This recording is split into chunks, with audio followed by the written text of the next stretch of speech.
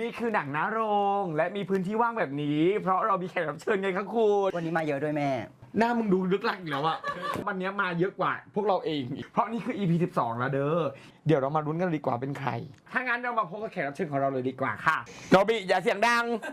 คนแรกเนี่ยเรียกได้ว่าเป็นขวัญว้าว คือต้องเอามันออกจากกันอ่ะ ต้องเอามันออกจากกัน คนแรกของเราเรียกได้ว่าเป็นขวัญใจของเด็กหญิงมหาชนทั่วประเทศ เด็กหญิงมหาชนทั่วประเทศ เพราะเขาเรียกน้องเล็กว่า เจ้าหญิง สัญญาเปิดไหล ต้องหลุดอ๋อดิธัญญาเล็กพี่ทอนสิ พี่ทอน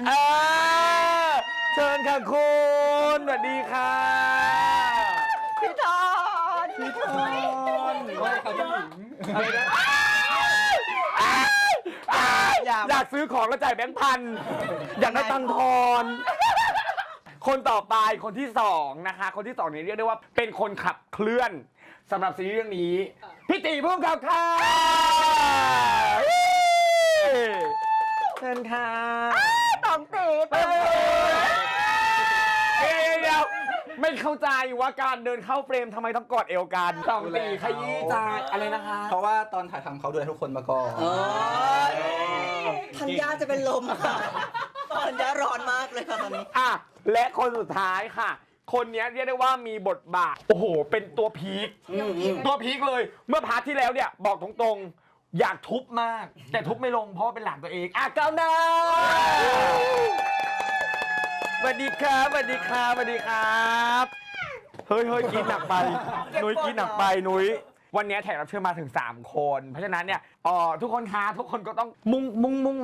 มาตรงนี้มุ่งตรงนี้เพราะคนเหล่านี้เนี่ยเขาอยู่ในกองอะเนาะเขาก็จะรีแอคชั่นไม่ได้หนักหนาเท่าไหร่นะฮะเพราะฉะนั้นวันนี้เราเรียกว่าเป็นแบบสภาวะอารมณ์แบบเรื่อยๆแต่ว่าถ้าช่วงไหนพีคเนี่ยก็โดนทุบเหมือนกันนะ ใจเย็น เพราะว่าเมื่อกี้ไอวีที่แล้วน่าร้ายมาก ครับจริงๆมันก็เป็นแค่บทครับส่วนจริงน่ารักครับ ตัวจริงน่ารักเหรอครับ ใช่ครับ น่ารักยังไงครับ เรียกดูแล ชอบมากเลยเวลาเทอร์โบไม่มาแล้วทำตัวไม่ถูกดีเนาะปกติไปไหนแล้วเขาไปเป็นคู่ไงอ้าวส่วนตีต้องตีไม่เธอแต่ฉันจิ้นจริงๆนะ จิ้นเลย อย่าจิ้นหรอไม่ไหวเนาะไม่ไหวเนาะ เขามีจุกคู่จิ้นอะไรของเขา เฮ้ยเขาจับขากันเขาจับขากันเนี่ยสายตาชิปเปอร์อ่ะ ผมจับได้ทุกคนแหละ เฮ้ยจะบอกว่าเล่นกับอะไรก็ได้ แต่อย่าเล่นกับไฟนรก ไฟนรกจะแผดเผาในตัวเธอ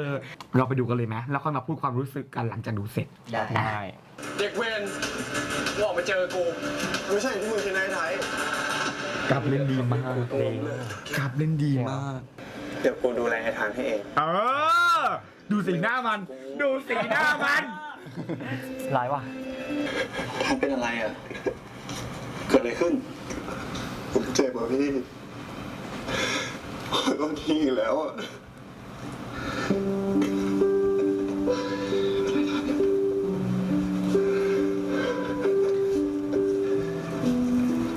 ไม่ทำนะไม่เป็นไรท่านไม่เป็นไร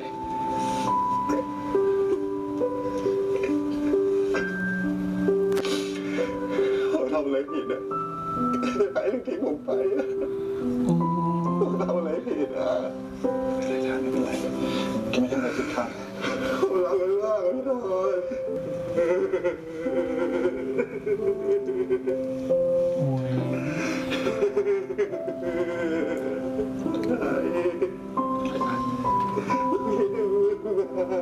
ไม่ได้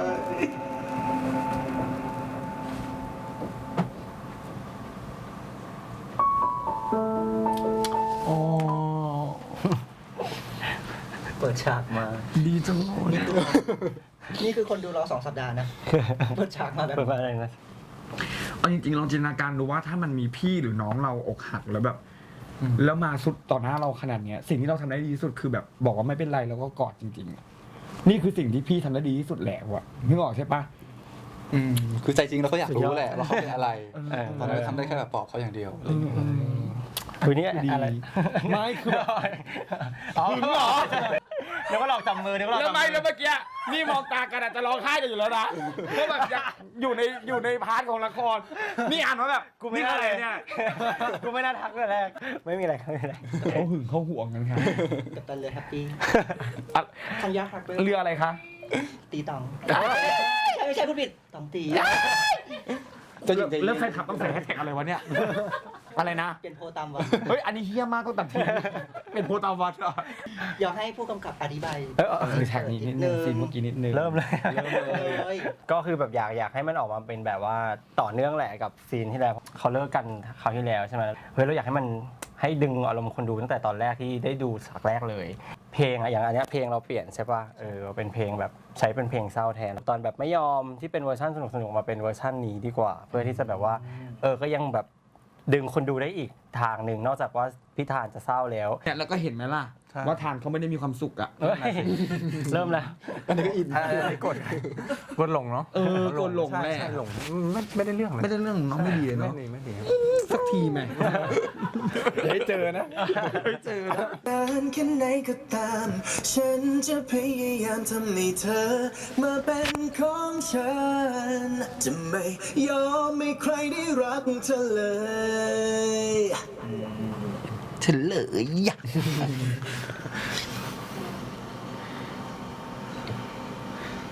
โอ้ยเส้นเลือด เป็นคนที่หลงไหลเนี่ยเส้นเลือดพี่มิวแบบหนักมาก เศร้าอยู่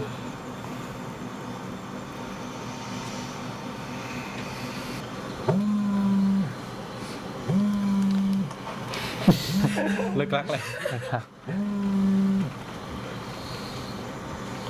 ไม่รับหรอ มีแต่ข้อความที่มึงด่ากูในไทย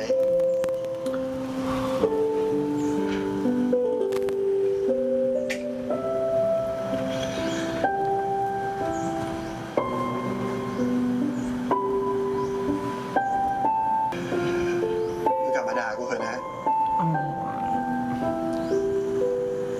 กูยอมมาทุกอย่างเลยมึงจะด่าอะไรกูก็ได้ แต่มึงกลับมาหากูเถอะนะ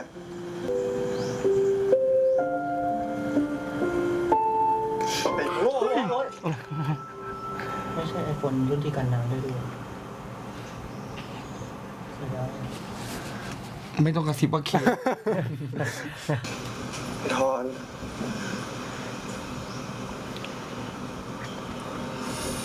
โอ้น่ารัก ไม่เป็นไรทางไม่เป็นไรนะ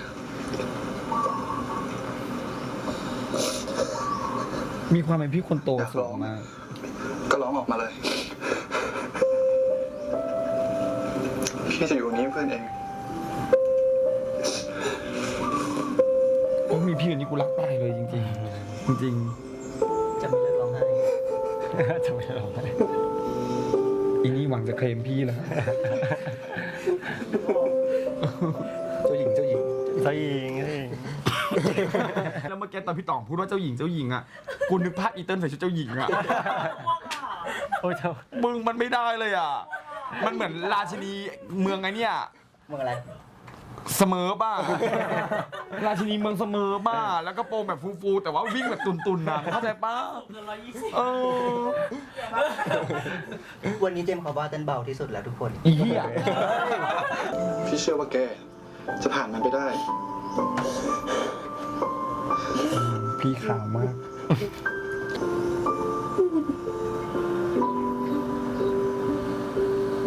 ไม่ได้เจอกันนานแล้วนะเราอะครับพี่ กดแล้ว มาแล้ว เจ้าตัวดี นางทัวร์ดีนางทัวร์ดี มีอะไรก็ได้ ก้าวไม่มีอะไร มึงยิ้มเหมือนกิ๊กโซจนีเลย อีพีที่แล้วอ่ะ พยายามเล่นแบบอยู่ อันนี้คือพี่ทอนยังไม่รู้ไง ใช่ไหมพี่ตอน พี่ทอนคิดว่าแบบเป็นแบบเพื่อนรัก ผมมาที่นี่ครั้งก่อนผมก็เมื่อตอนม.5 ครับ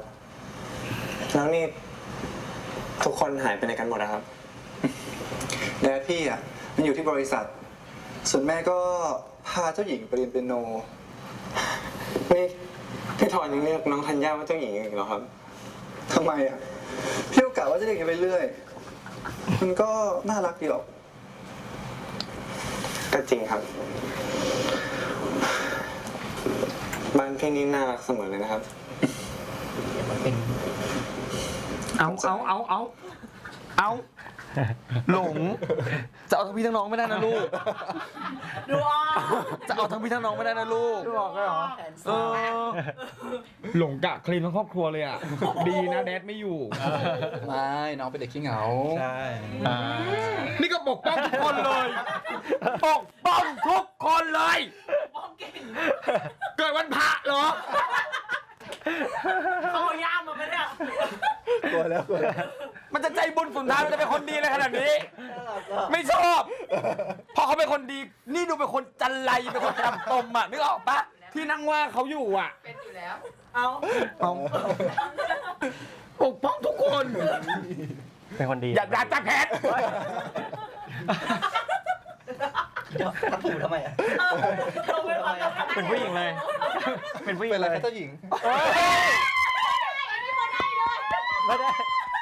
ตึงตึงตึงธัญญา เนี่ยมาหาทางนั้นใช่ไหม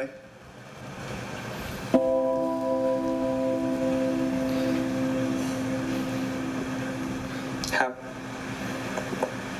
แล้วไอทานมันเป็นยังไงบ้างครับ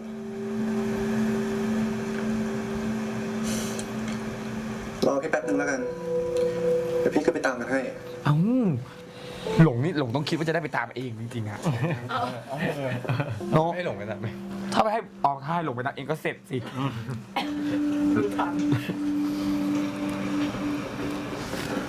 จำไว้ทีหลังเดี๋ยวนัดเจมส์สอน เราไม่ต้องลงทุนวางแผนไปขนาดนี้ ยาเสียสาว น่าอิจฉาจังน่าอิจฉาตรงไหนอะ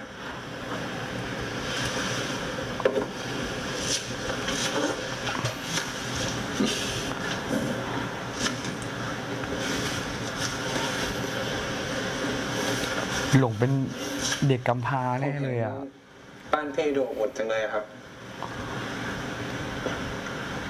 มากี่ทีก็เป็นแบบนี้อะอบอุ่นจนผม ร้อนเลยครับ อิจฉาหลงฟังพี่นะ เพื่อนเจ้าทานน่ะก็เหมือนน้องของพี่ ถ้าชอบพี่เนี่ย ก็มาบ่อยๆได้ งั้นผมขอมาบ่อยๆเลยนะครับ ใจดีปะใจดีปะ ตีนะ บวชไหมอะโกนหัวเหอะจริงๆ ถ้าจะเป็นคนดีขนาดเนี้ยบวชเถอะ เจ้าหญิงอย่าว่าเจ้าชาย เอ้ย เติ้ลกูไม่สามารถจิ้นกับพี่ตองได้จริงๆ เข้าใจใช่ปะเหมือนที่มึงก็ไม่สามารถจิ้นกับกูได้จริงๆต้องตี อิสเรียลอิสเรียล ตกใจกูตกใจ นอกจากกำกับซีรีส์อยากกำกับชีวิตใครไหม โอ๊ยนี่เขาถามจริงจังเหรอ ทาน แล้วไอทาน ไอ้ทานมันหลับอยู่อะเจอมาหลายเรื่อง มันคงจะเหนื่อย มันคงไม่อยากเจอแม้กระทั่งผมเลยสินะ อย่าโกรธมันเลย มันเจอมาหนัก ครับ ผมไม่เคยโกรธมาเลยพี่ โอ้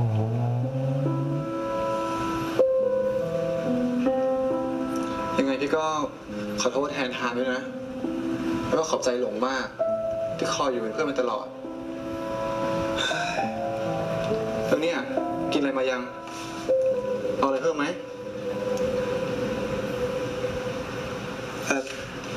ไม่เป็นไรดีกว่าครับ ผมไม่รบกวนพี่แล้วดีกว่า เอาเป็นว่าถ้าไอทานตื่นเมื่อไหร่อ่ะ พี่บอกให้มันโทรหาผมนะครับ ได้ งั้นผมกลับก่อนนะครับ สวัสดีครับ สวัสดีครับดีน้อง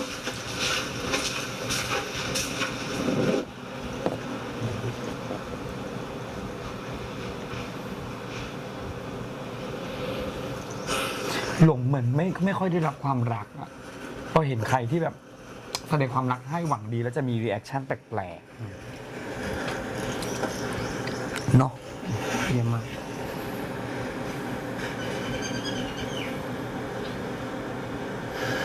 เจมส์ถ้าตอบแบบต้องบอกพี่เขาก่อนว่าเรายังไม่ได้ดู 11.5 นะครับ อ๋อ ใช่ เพราะว่าเราอยากดู 12 ให้จบก่อน ก็จะดู 11.5 หลังจาก แล้วก็ค่อยดู 11.5 หลังจากอันนี้ ได้ ใช่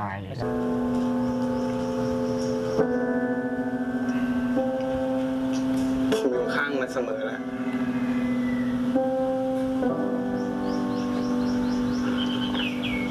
แต่มันไม่เคยต้องการผมเลยอะ ล่าสุดคุยคนเดียวแล้วอะ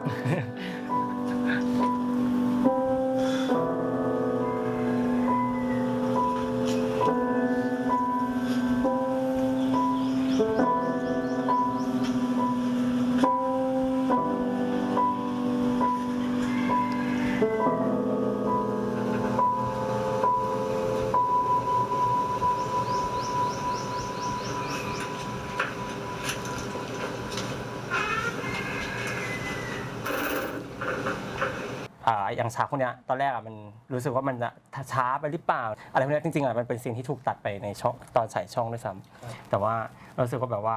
อย่าไปตัดมาเลยเพราะว่าอะไรพวกเนี้ยมันเป็นซีนที่สามารถบอกอธิบายความรู้สึกเล็กน้อยให้กับตัวละครได้จริงๆเราอยากได้ซีนพวกเนี้ยเพื่อมาอธิบายตัวหลงประมาณนึงว่าเขาไม่ใช่คนที่แบบว่าอยากจะร้ายเสมออะไรอย่างเงี้ยจริงๆเขาคิดอยู่ตลอดในทุกซีนในทุกอย่างที่แบบว่าเขาทำว่าแบบว่าเขารู้สึกว่าอะไรหรือไม่รู้สึกอะไร สรุปมึงจะเอายังไงวะก็อย่างที่กูบอกไปอะ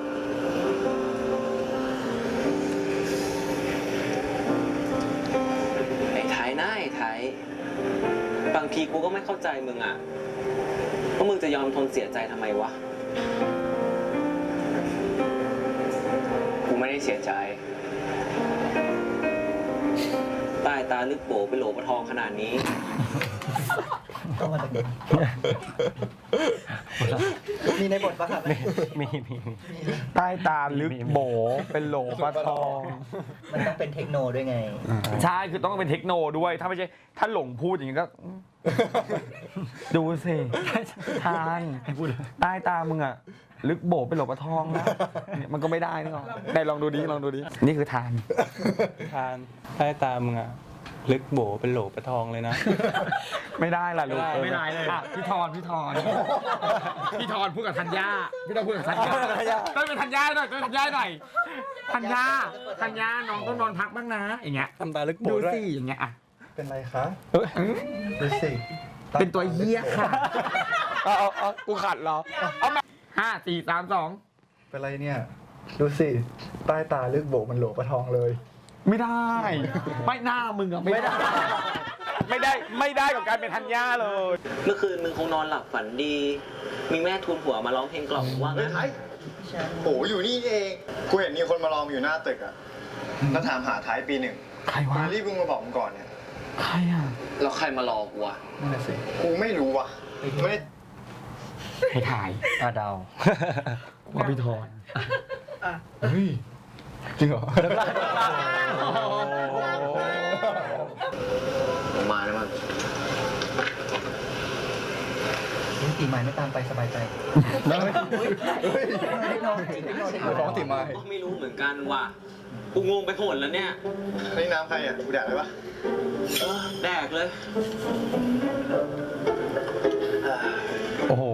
เอาไง ชื่นใจ แด มาก กปะ ไปก็ไปวะ มาดิ เฮ้ยมันไม่คิดจะตามเพื่อนไปจริงเหรอ เหมือนเพื่อนจะมีเรื่องนะ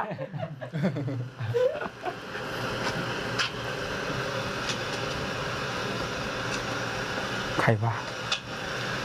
ไหนวะ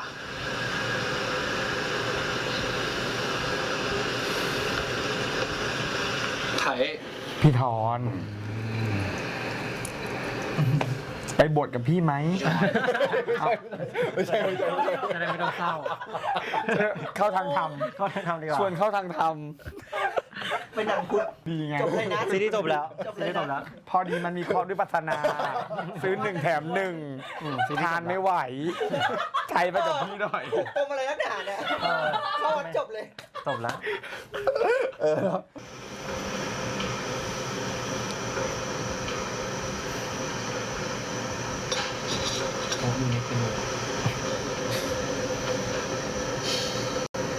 บวชกับพี่ไหม พี่เจมส์ผม ขอละเขาเคยจะจริงจัง พี่ขอเข้าเรื่องเลยนะ คือมันซื้อ1 แถม 1 อ่ะ คือพี่ก็ไม่รู้จะยังไงแล้วอ่ะ ไม่รู้จะไปหาใคร ไม่รู้จะไปหาใครแล้วอ่ะ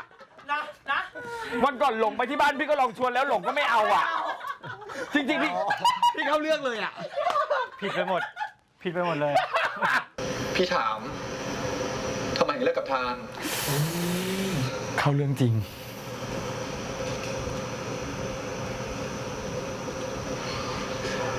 พี่ขอโทษ พี่ไม่ได้อยากจะเข้ามายุ่งวุ่นวายเรื่องเรา2 คนหรอกนะ พี่แค่ สภาพน้องชายพี่มันแย่ ไอ้ทานเป็นไงบ้างพี่ เฮ้ยเนี่ยเขาเป็นห่วงอ่ะ จะบอกเลิกมันทำไม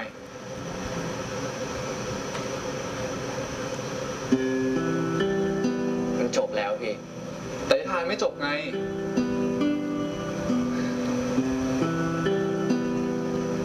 พี่สงสารน้องพี่ รู้ไหม สภาพวันที่มันกลับมาถึงบ้านเป็นยังไง ทานมันร้องไห้ น้องพี่อ่ะที่ไม่เคยเห็นน้ำตามาก่อนมันกำลังร้องไห้เอาแต่ถาม มันน่ะผิดตรงไหนทำพลาดอะไรทำไมไทยถึงบอกเลิกมัน พี่ไม่เข้าใจว่ะผลก่อนที่บ้านอ่ะ ก็ยังดีๆกันอยู่เลยแล้วนี่มันเกิดอะไรขึ้น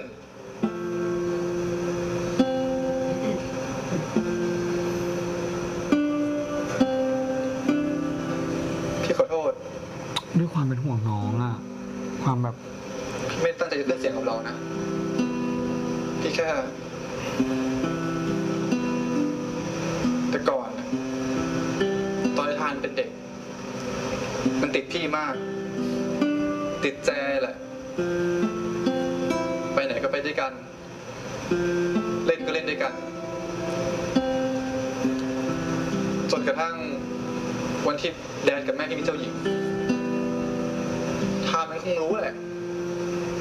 ไม่ใช่น้องเล็กอีกต่อไปแล้ว มันทำตัวเป็นผู้ใหญ่ขึ้น ไม่ติดพี่ ไม่อ้อนพี่เหมือนเคย ใครๆก็แซวนะว่าเขามีน้องสาวกลายเป็นพี่ชายไปแล้วมันเสียสละให้น้องได้ แต่มันเสียไทยไปไม่ได้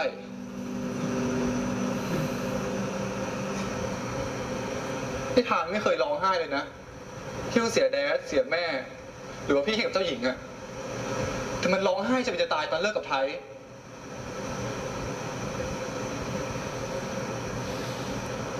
ตอบพี่หายข้องใจหน่อยเถอะ น้องพี่มีตรงไหนวะทำไมไทยยังบอกเลิกมัน พี่จะไม่เข้ามายุ่งวุ่นวายเรื่องของเรา2 คนอีก มันแย่ขนาดนั้นเลยเหรอวะพี่ ใช่มันแย่มาก แย่ที่สุด ลุกไปหาเขา ทั้งหมดที่ผมทำ ผมทำเพื่อไอ้ทาน ทำเพื่อทานเนี่ยนะ ยังไงวะ พี่สัญญาผมได้ไหม ว่าถ้าเกิดผมเล่าเรื่องนี้ให้พี่ฟัง พี่จะไม่เอาเรื่องนี้ไปบอกไอ้ทาน เขาว่าไงอะ อุ้ยนะฉลาด อย่าง มึงได้แต่หนุ่มโง่มากเมื่อกี้ เจ้าหญิงเขาเป็นเด็กอยู่ ช่วยเรา เรื่องเรา คนอย่างอีเติ้ลมันไม่ควรได้รับการปกป้องดูแลอะไรจากใครอ่ะ จริง เหรอ ๆ ถึงแม่มึง อ๋อเนี่ยรักนะเด็กโง่ ทายน่าจะวางแผนทุกอย่างไว้หมดแล้ เอ้ วย หาอีตัวร้ายอะไรอย่างนี้ ได้พี่สัญญา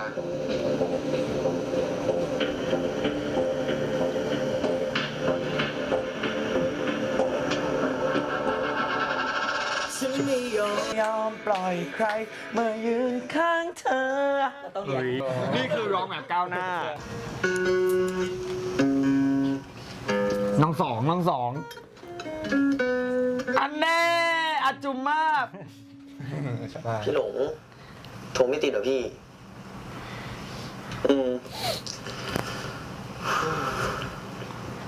อะไรกันวะ ไอ้ท่ามันหายไปกี่วันแล้ววะเนี่ย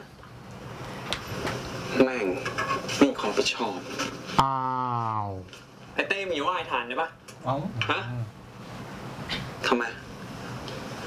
กูจะว่าไม่ได้ มึงก็เห็นอยู่ว่าวันที่มาซ้อมอ่ะ กูจะบอกให้นะเว้ย ต่อให้มันเก่งขนาดไหนอ่ะ แต่นิสัยไม่เอาแบบเนี้ย ใครจะอยากอยู่กับมันวะ ฮะมันก็ออกไปดิ ออกไปเลย ไม่เอาพี่หลงใจเย็นไม่เอาดิพี่ไม่ทะเลาะกันแล้วมึงก็อย่าคิดนะเว้ยว่ากูจะง้อมึงอะมึงก็รู้นี่ว่าใครเก่งที่สุดในวงนี้ ไม่ใช่กู ไม่ใช่ไอ้สอง และที่สำคัญนะเว้ย ไม่ใช่มึงด้วยไอ้ทานอาหารที่เก่งที่สุดอ่ะ ไอ้ทานทำให้วงมันเป็นวงแล้วถ้ามึงอยากออกนะกูขอเชิญมึงออกมาเลย มีตั้งกี่คนที่อยากเล่นไก่ทานมึงรู้ปะฮะไอ้หลงกล้าว่ากูไปเลยเหรอวะพี่ไม่เอาพี่พอแล้วพี่ไม่เอาพอแล้วพี่เต้พอแล้วพี่หลงไม่พูดแบบนั้นสิพี่วันนี้เราแยกย้ายกันก่อนดีกว่าไว้อารมณ์เย็นแล้วอ่ะค่อยมาคุยกัน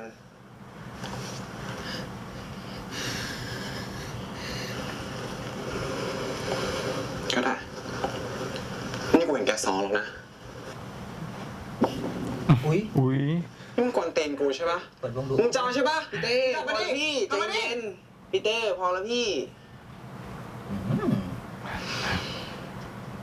ใจเย็นน่ะหายใจลึก แต่กูชอบนะ กูชอบการปกป้องคนที่เราชอบอย่างนี้นะ เป็นกูก็ทำจริงๆ พี่เดี๋ยวกูตบ สายตาชิปเปอร์มึงอะเดี๋ยวมึงจะโดน กูเกลียดสายตานั้น กูไม่ชอบ ๆพี่เต้ก็รู้ว่าพี่หลงอ่ะเขาก็เป็นห่วงพี่ทานเล่นหายไปติดต่อไม่ได้แบบเนี้ยพี่หลงเขาก็ต้องหงุดหงิดเป็นปกติอยู่แล้วแหละ น้องสองน่ารักนะจริงๆครับ ข้างมันเนี่ยเพราะคนเป็นไอดอลสองอะดิ ฮะ ใบแอดหมดเลยอ่ะ ทุกคนอ่ะ ต้องมายิ้มเลยยิ้มอะไรอารมณ์ดีแล้วอะดิ เอาห้องซ้อมดนตรีเด้บ่แม่นโรงแรมเด้ ได้เด้ บ่ได้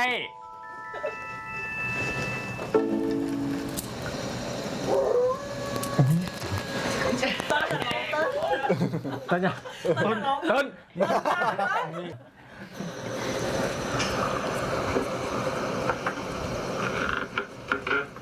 นางผีแหละดูออก จับขา เดี๋ยวนะ จริงเหรอซาวคืออะไร หมับเขาให้ เอ้าไม่ผีเหรอ มันเป็นกิมมิกเล็กๆ ให้แบบอันนี้ มันหนังฆาตกรรมมาก EP 12อะเนาะอะไรก็เกิดขึ้นได้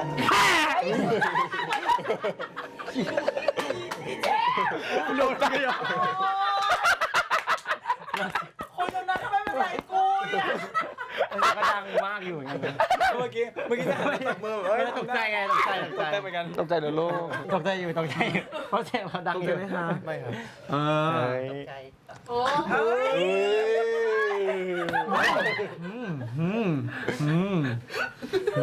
เขาหยอกกันแหละเขาหยอกกัน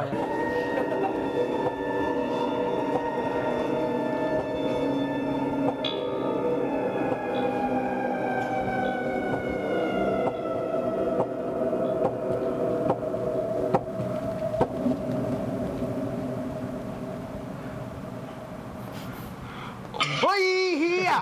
โอ้โห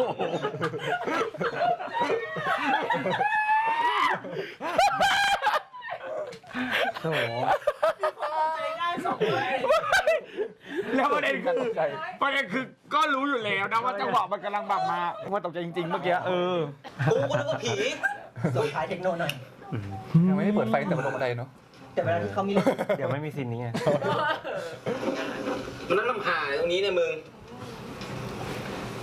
กูชอบ นี่มึงจะดูคลิปนี้อีกนานไหมวะ มีข้อสงสัยอะไม่รู้ว่าบังเอิญหรือว่าเขาตั้งใจอันเนี้ยอยากถาม เวลาที่เขาทะเลาะกันหรือว่ามีเรื่องอะไรอย่างเงี้ยที่จะเห็นว่าตัวละครไม่ชอบเปิดไฟทุกฉากเลย ไม่ได้ตั้งใจถึงขนาดที่แบบว่าเฮ้ยมันต้องปิดไฟหรือต้องมืดนะ แต่ว่าเรารู้สึกว่าอารมณ์ตัวละครมันควรจะ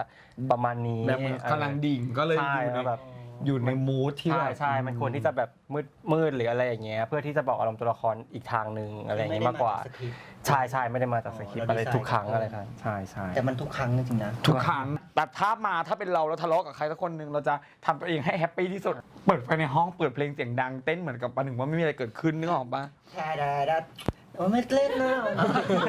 จังหวะมึงไม่ถูกจังหวะมึงไม่ได้อ่ะจังหวะได้ไหม โทษครับเต้ย ได้อยู่ ก่อนนะ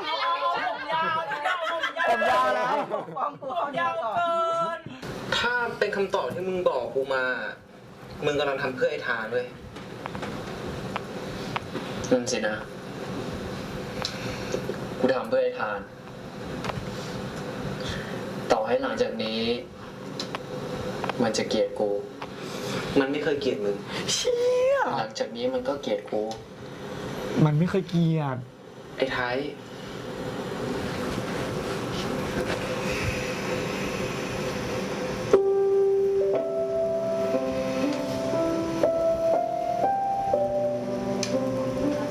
3 ครั้งเลยน้อง3 ครั้งเลยวะ ชีวิตเนี้ย กูจะบอกเริ่มแค่3 ครั้งเท่านั้น มึง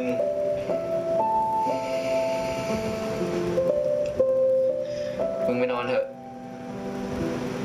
เดี๋ยวพรุ่งนี้มึงก็ต้องมาช่วยกูอีก กูแล้วไม่อยากจะช่วยมึงเลยเว้ย แต่มึงกับกูอ่ะเราเป็นเพื่อนกันแล้วเนาะ ลึกๆมึงก็อยากเสือก เทคโนกูดูออก จะเลิกคบตอนนี้ก็คงไม่ทันนะขอบใจมากมึง ก็ไว้ถึงคราวกู มึงช่วยกูบ้างกันแล้วกัน ภาค 2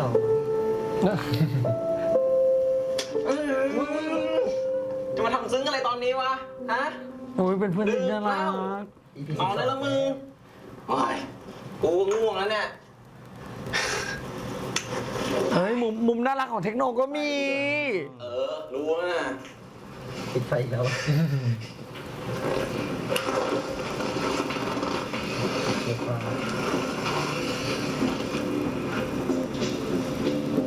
อยากรู้เลยว่าพรุ่งนี้เขาต้องตื่นไปทำอะไรกันนะ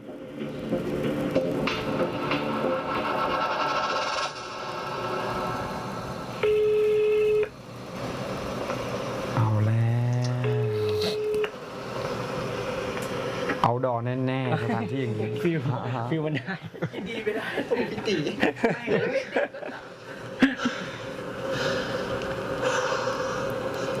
ไม่เป็นไรไอ้ทานมันคงเป็นแบบนี้ได้อีกไม่นานหรอก ฮะ ให้เวลามันได้ลง ไอ้หลง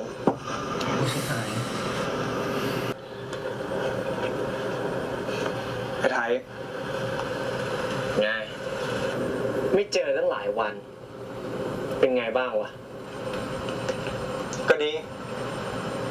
ว่าแต่มึงเหอะ กูว่า มึงคิดใหม่เรื่องเลิกกับไอ้ทานก็ได้นะเว้ย มึงคิดงั้นจริงเหรอวะ มึงหมายความว่าไงวะ ถ้าเกิดกูยอมขอโทษไอ้ทาน มึงคิดว่าไอ้ทานจะยกโทษให้กูจริงเหรอ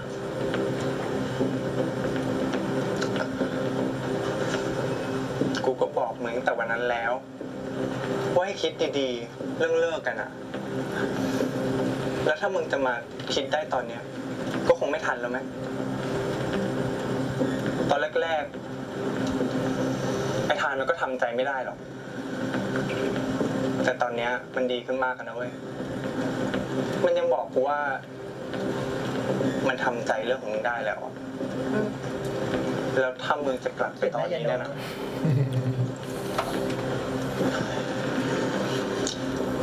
กูไม่พูดดีกว่า มึงพูดมาเถอะเพราะไม่มีอะไรทำให้กูเสียใจไปได้มากกว่านี้แล้ว มันบอกกูว่า ต่อให้มึงกลับไปขอโทษมันอะมันก็ไม่อยากเห็นหน้ามึงด้วยซ้ำอะ มึงพูดงั้นเหรอ กูนี่ได้ยินมาเต็ม2 หูเลยว่ะ แล้วถ้าเกิดกูไม่เชื่อมึงอะ มึงจะไม่เชื่อกูก็ได้นะเว้ยไอ้ไทย แต่เพื่อนกูไม่ใช่ควายนะเว้ย มึงทำมันเจ็บขนาดนั้นอะมันคงยอมยกโทษให้มึงง่ายๆหรอก ไหนมึงจะเชื่อเรื่องที่ไอ้ต้ามันจัดฉากอีก กูว่าไอ้ทานมันคงไม่อยากกลับไปเสียใจแล้วอะกูขอโทษนะที่ต้องพูดความจริงอะที่กูพูดก็เพราะว่ากูหวังดีกับทั้งมึงแล้วก็ไอ้ทานนะเว้ย หวังดีเหี้ยอะไร อะไรของมึงเนี่ย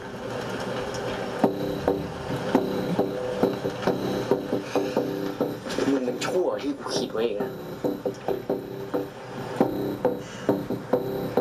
อะไรไว้ไทย คือมึงทะเลาะกับไอ้ทานแล้วพานมาหาเรื่องกูงี้เหรอ มึงนี่โคตรตอแหลเลย มึงโง่บัดซบเลย ที่หลงเชื่อคำคนอย่างมึงมาเป็นเดือน เฮ้ยมันจะมากเกินไปแล้วนะ ๆมากเกินไปอ่ะ จ้างคนไปลุมโทรมเด็กม .4 อ่ะ อุ้ย เรียกว่ามากเกินไปปะวะ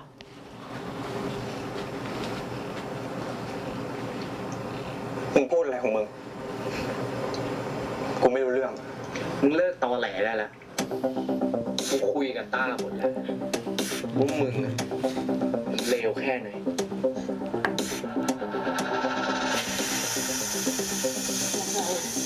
ผมก็จะเป็นสาเหตุให้พวกพี่เลิกกัน สารที่ไม่ได้เฉลย มึงหมายความว่าไง ตอบกูดิเฮ้ยนี่นี่ตอบกูกูบังคับว่าไงที่ถูกบังคับ มึงด่าน้องเขาเสียหายเลย เอาไม่เคยด่ามาก่อนนะ เท่เลย เหมือนปุยฝ้ายน่ะ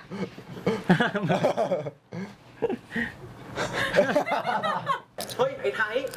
มึงเชื่อคำมันเหรอวะ เงียบก่อนมิโน สติ ผมพูดไม่ได้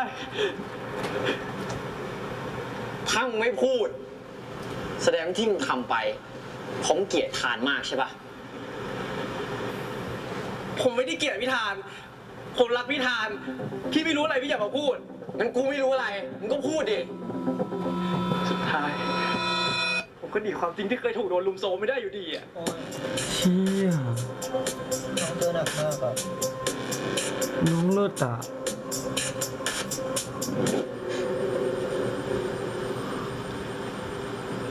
นี่มึงจะเชื่อคำของคนที่ทำให้มึงเลิกกับไอ้ทานเหรอ มึงนี่งก คือมึงเข้าใจไหมว่าหลงอ่ะมันขึ้นหลังเสือแล้วมันลงไม่ได้ มันเริ่มจากการทำผิดเล็กๆ แล้วก็ต้องทำไปเรื่อยๆอ่ะเพราะถ้าเกิดมันทำแล้วมันจะลงจากหลังเสือคือมันก็ตายอ่ะคือมันคือความจำเป็นแล้วที่ต้องทำอ่ะมันไม่ได้เกิดจากการอยากทำเว้ยแต่มันจำเป็นต้องทำลึกๆเขาเป็นคนดีแต่มันจำเป็นต้องทำ โอเค วิเคราะห์เก่งมากฉลาด วิเคราะห์เก่งมาก เหมือน ไม่ดีวิเคราะห์เก่งมาก เมื่อกี้ แบบ ชมใช่ไหมพี่ต่อ ชมครับชมอยู่แบบเฮ้ยดูแค่นี้ก็รู้แล้วอะไรเงี้ยเก่ง มึงเก็บอาการ ดูแค่นี้ก็รู้แล้ว คำว่าเก่งมากมันเหมือนซับเทคว่า โอ้กว่าที่กูคิดอีกนะ กูไม่ได้โง่ แต่ต้าเอาคลิปให้กูดูแล้ว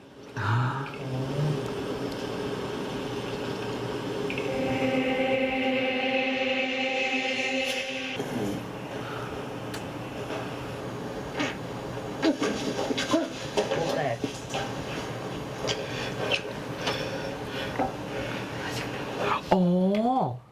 แล้วไทยเขาจะมีความเข้าใจต้าอยู่แล้ว เพราะไทยก็เคยโดนเหมือนกัน มันเลยยิ่งเข้าใจกันง่ายว่าความรู้สึกมันเป็นยังไงเวลาโดน ดูยังไงก็ส่งพี่ออมใช่ไหมครับ ผมเลยไม่กล้าบอกพี่ทานคงต้องเกลียดผมแน่ๆอะตอนที่ผมตื่นมาเพราะว่าไอ้พวกนั้น รีเลทกับชีวิตตัวเอง น่ารังเกีย เชี่ย จ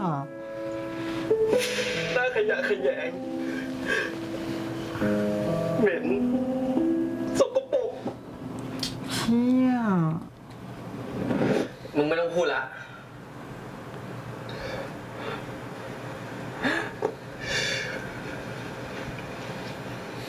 ผมขอร้องนะพี่อย่าเลิกกับพี่ทานนะอย่าให้แผนของมันสำเร็จ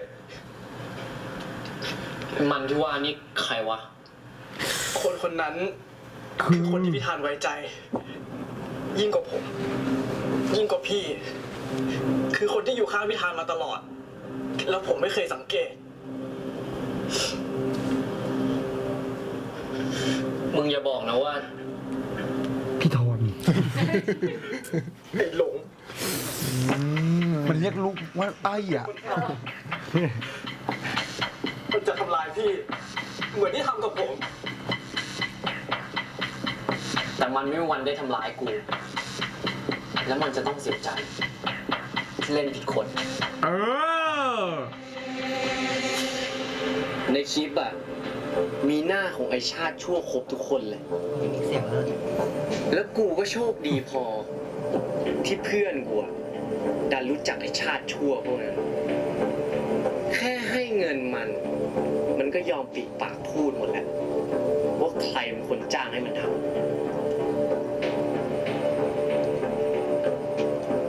แล้วมันเกี่ยวอะไรกับกูอะไอ้พวกนั้นบอกเหรอว่ากูเป็นคนทำ ก็เปล่าแต่กูจะเอาคลิปไปให้ทาน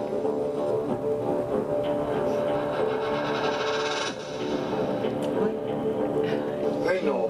ว่าสรุปไปทางไอ้ไทยเนี่ยเป็นแฟนกันจริงเหรอวะ เสียงเข้ากล้องอีดอกทองค่อยคุยกัน เนี่ยเดี๋ยวกูเล่าให้ฟังให้หมดเองอะไอ้ทานไม่มีวันเชื่อมึงหรอก ถึงไอ้ทานจะไม่เชื่อกู แต่ทานก็จะได้รู้ความจริงเรื่องของตา มึงคิดเหรอวะว่าคนดีๆอย่างไอ้ทาน ถ้ามันรู้ว่าแฟนเก่ามันถูกใส่ร้ายอ่ะ มันจะยอมอยู่เฉยๆถึงทานจะไม่ยกโทษให้กู แต่มันก็จะกลับไปหาไอ้เด็กตา เออ ส่วนมึง เลิศ เป็นแค่หมาเห่าเครื่องบินอยู่เนี่ย กด ตบมันลูก แก้ตัวแกทาน เอาไม่กูต้องอยู่ฝั่งใครวะกูต้องข้างไทยกูต้อง ไม่ ข้าง วันทำได้หรอก มึงได้ยินไหมมึงไม่มีวันชนะกู เฮ้ย ดอก ไอ้โน่พี่เอาไง เอาไงดีวะหรือกูควรออกไปช่วยแม่ง อย่าว ะ ล้มอย่าล้ม ยังไงเราก็ต้องถ่ายเก็บไว้รอจนกว่าไอ้หลงอ่ะจะสารภาพมันทั้งหมดเว้ย มึงถือนี่กูจะไปช่วยมัน โอ้ยไม่ได้ไอ้แชมป์มึงถ่ายเก็บไว้ กล้องสั่น มึงคือนะถ่ายเก็บก่อนขอร้อง ใครทาน จำเส้นเลือดขอดได้เหรอ ฉันจำเส้นเลือดได้ จำแบ่งได้ ฉันจำเส้นเลือดได้ทานมาเมื่อกี้ก่อนที่จะเลื่อนพาร์ทไปขอชมก่อน เล่นดีมาก เล่นดีมากเลย หนูคือความภาคภูมิใจของน้าเจมส์ลู ขอบ ก คุณครับ จริงๆน้องเล่นเก่งแต่ตอนเวิร์กช็อปแล้ว จริงเหรอ ตอนซ้อมเขาฉายแววมาตลอดเลย ใช่ไหม เดี๋ยวโอนให้ จ้างไว้ ถ่ายนานไหมครับ ถ่ายนานเนี่ยคือสิ่งที่ถ่ายแบบ2 วัน 2 คืนเลยอะเพราะว่าบทมันยาวมา จริงเหรอ แล้วก็แบบต้องรับหลายมุมอะไรเงี้ยแล้วมีตัวละครเยอะ มันก็เลยใช้เวลาในการถ่าย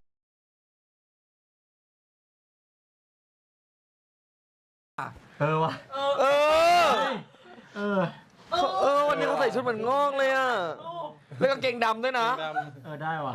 แต่งตัวเป็นงอกเหรอ เฮ้ย เราควรจะเอาน้องไปยังไงดีหรือว่าเอาน้องออกไปเลย เราควรจะให้น้องนอนตรงนี้แหละแล้วเราก็รีแอคกันไป ดีครับสงสารน้อง ถูกแล้ว ได้พี่โอเคมาก 3 มึงได้ยินไหมมึงไม่มีวันชนะกู โหอ่ะเฮ้ยก้อนหินก้อนนั้นมาได้ยังไง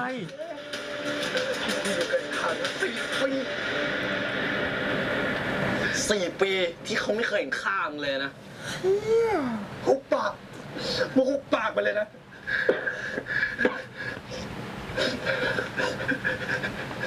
มึงหุบปากไปเลยนะ ไอ้ทานไม่หมดรักมันมึงจำใส่หัวมึงไว้เลย มึงไม่รู้อะไรมึงหุบปากไปเลยคุณไม่เหมือนไอ้พวกเคี้ยนั่นหรอกที่กูพูดอะไรไปมันก็ไม่เชื่อใจทานแล้วไม่เหมือนกูเลย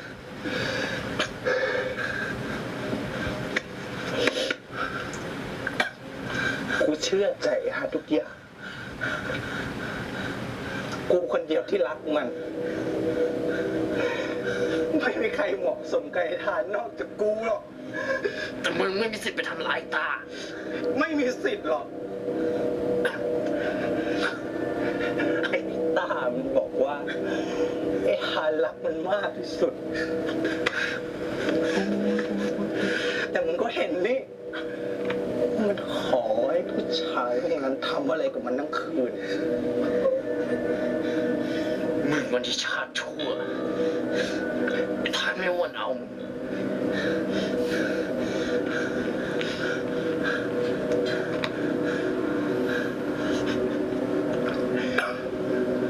งั้นมึงก็อย่าอยู่เลยไม่มีมึงสักคน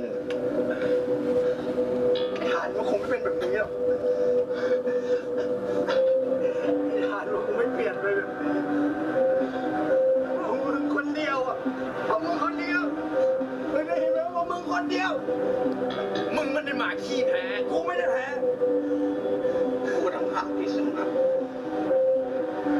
มึงต่างหากที่แพ้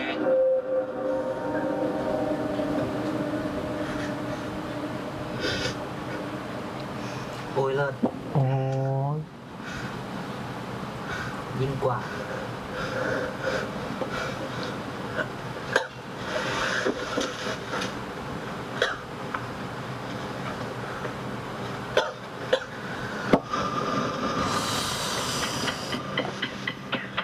ตายเลยนะน่ะ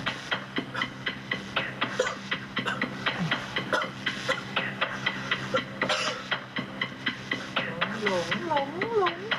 มันขึ้นหลังเสือแล้วมึง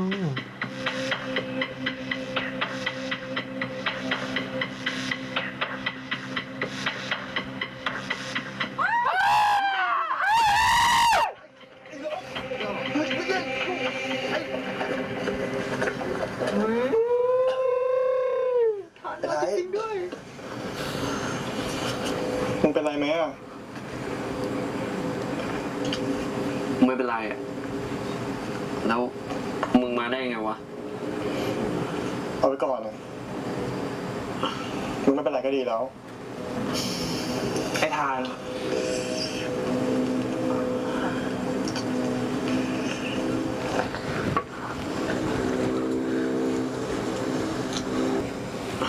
มึงไม่เป็นไรก็ดีแล้ว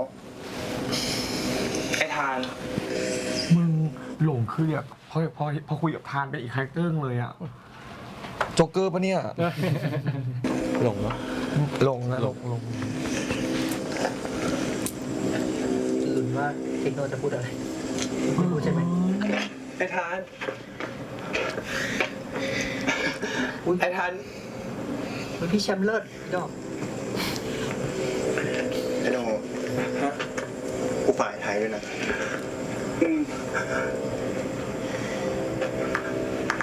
ใจเย็นๆนะมึง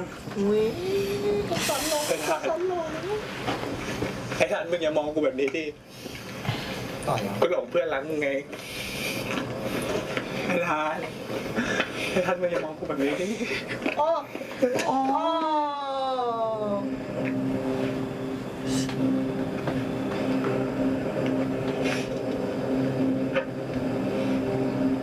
มึงทำเฮี้ยอะไรของมึง กูไม่ได้ทำอะไรเลยนะไอ้ทานกูไม่ได้ทำอะไรเลยนะไอ้ทานมึงทำแบบนี้กับกูได้ยังไงวะไอ้หลงไอ้ทานกูไม่ได้ทำอะไรเลยนะก็มันยั่วโมโหกูอ่ะกูเลยโมโหแทนมึงไงมึงเชื่อกูนะมึงเชื่อกูนะไอ้ทานเชื่อมึงเหรอวะคนที่ทำร้ายทุกคนที่อยู่ข้างกูเนี่ยนะให้กูเชื่อมึงเหรอไอ้ทานไม่เคยเชื่อคนอื่นมากกว่ากูเหรอกูอยู่ข้างมึงมาตลอดเลยนะไอ้ทานกูทำทุกอย่างเพื่อมึงเลยนะเพื่อกูนี่เหรอวะที่มึงบอกว่าทำเพื่อกูอะก็เพราะไม่มีใครดีพอสำหรับมึงไงดีหรือไม่ดีไม่ใช่เรื่องของมึงมากไม่มีใครรักมึงจริงเลยท่าไม่มีใครเหมาะสมกับมึงเลยกูอยากให้มึงเจอคนดีๆไงกูเลยต้องทดสอบแต่แม่งไม่มีใครดีพอสำหรับมึงเลยอ่ะเชี่ยมึง คนมันแม่งเลวทุกคน เขารักทานมากมึง เมื่อกี้มึงบอกว่ามึงทำอะไรนะมึงทำอะไรพวกนั้นไอ้หลง แค่กูบอกว่ามึงนอกใจอ่ะก็แม่งไม่มีใครเชื่อใจมึงแล้วไม่เหมือนกูต่อให้มึงจะโกหกกูแค่ไหนอ่ะกูก็ยังเชื่อใจมึงกูยังพร้อมจะอยู่ข้างมึงเสมอไอ้ทาง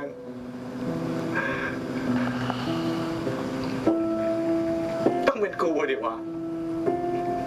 มึงต้องเป็นกูดิมึงต้องเป็นกูดินะ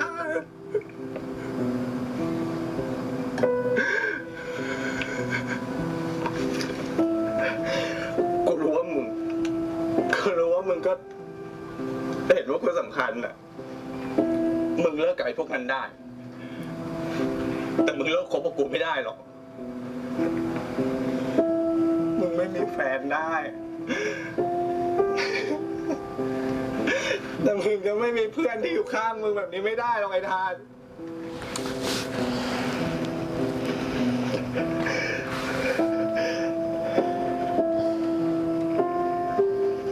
กูรู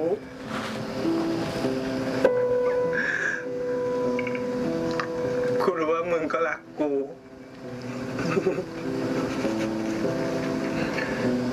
มึงสำคัญสำหรับกูนะไอ้หลง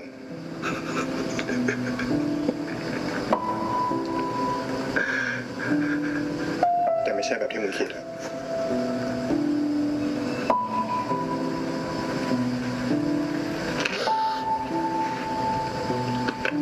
ไม่จริงอ่ะไม่จริงกูเชื่อใจมึงมาตลอดแต่มึงทำร้ายต้ามึงทำร้ายทุกคนน่ะ ไอ้ต้าเหรอไอ้ต้าไม่ได้รักมึงจริงหรอกไอ้ทานกูพิสูจน์ได้มันเอากับผู้ชายคนไหนก็ได้มึงต้องเห็นว่ามันมีความสุขแค่ไหนวันนี้โคตรขยักขยแยงเลยที่ต้องเห็นมึงอยู่ข้างๆไอ้เด็กนั่นน่ะไอ้ต้ามันไม่ได้รักมึงไอ้ทานมันขอแค่ผู้ชายคนไหนก็ได้กูมีคลิปนะกูมีคลิปในทานเดี๋ยวกูส่งให้มึงก็ได้คลิปร้อนๆของไอ้ต้าอุ้ย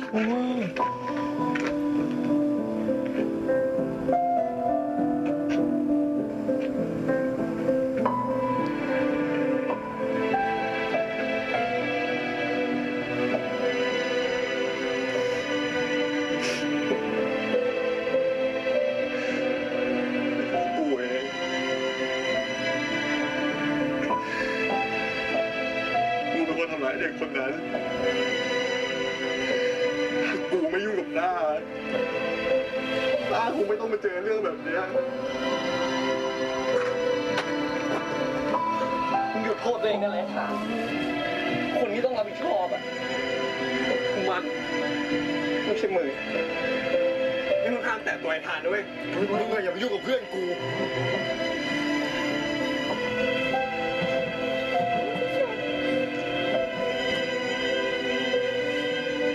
ไอ้ทาน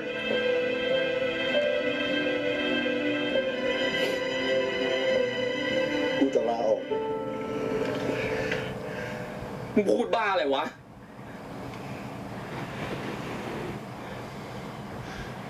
ไอ้ทานมึงลาออกไม่ได้นะไหนมึงบอกว่ามึงรักดนตรีมากที่สุดไงไอ้ทานมึงลาออกไม่ได้นะไอ้ทานมึงลาออกไม่ได้นะ เป็นต้นเหตุของเรื่องทั้งหมดนี้เพราะกูเป็นเพื่อนในหลงเพราะกูเป็นแฟนของต้า ทุกอย่างมันเกิดขึ้นเพราะกูอะกูต้องรับผิดชอบ มึงเลิกทำตัวเป็นพระเอกตอนนี้ได้แล้วไอ้ทานคนที่ต้องรับผิดชอบอ่ะคือมันไม่ใช่มึงแล้วมึงอยากเลิกกูจริงๆใช่ไหม ไม่ไทยอย่าเล่นกับกูนะอย่าเล่นกับกูนะไอ้ไทย มึงได้ยินแล้วใช่ไหมมึงจะต้องทำร้ายทานอีกสักกี่ครั้งวะหนึ่งจะพอใจอ่ะมึงพาคนที่มันรักไปแล้วอ่ะมึงจะพาสิ่งที่มันรักที่สุดไปอีกเหรอวะ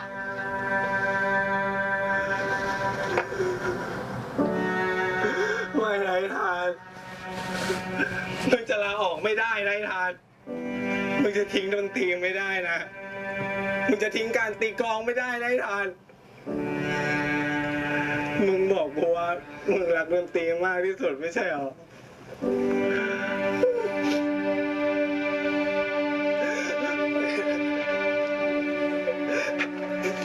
อย่าไปยุ่งกับไอ้ทานอีกไอ้ทานมองกูดิมึงมองกูดิวะกูหลงเพื่อนรักมึงไงมึงอย่าเมินกูแบบนี้ดิบอกว่าอย่าไปยุ่งกับไอ้ทานไง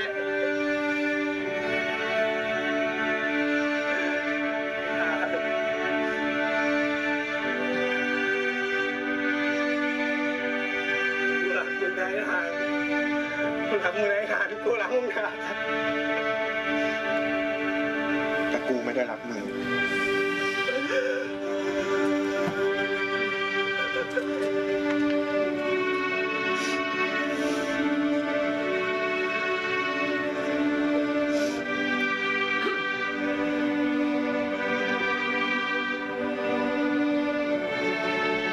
ไอ้ไทยกูว่าเราไปจากตรงนี้เถอะวะนะขอร้องนิดนึงเอาเถอะนะ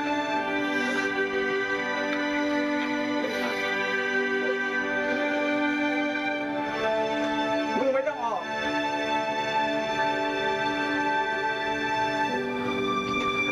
กูออกเอง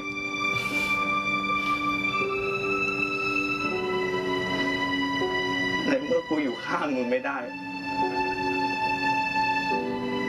ทุกอย่างก็ไม่มีความหมาย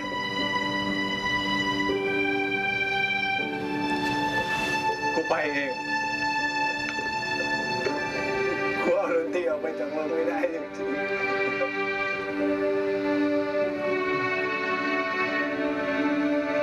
กูเอาดนตรีออกมาจากมึงไม่ได้จริงๆครับ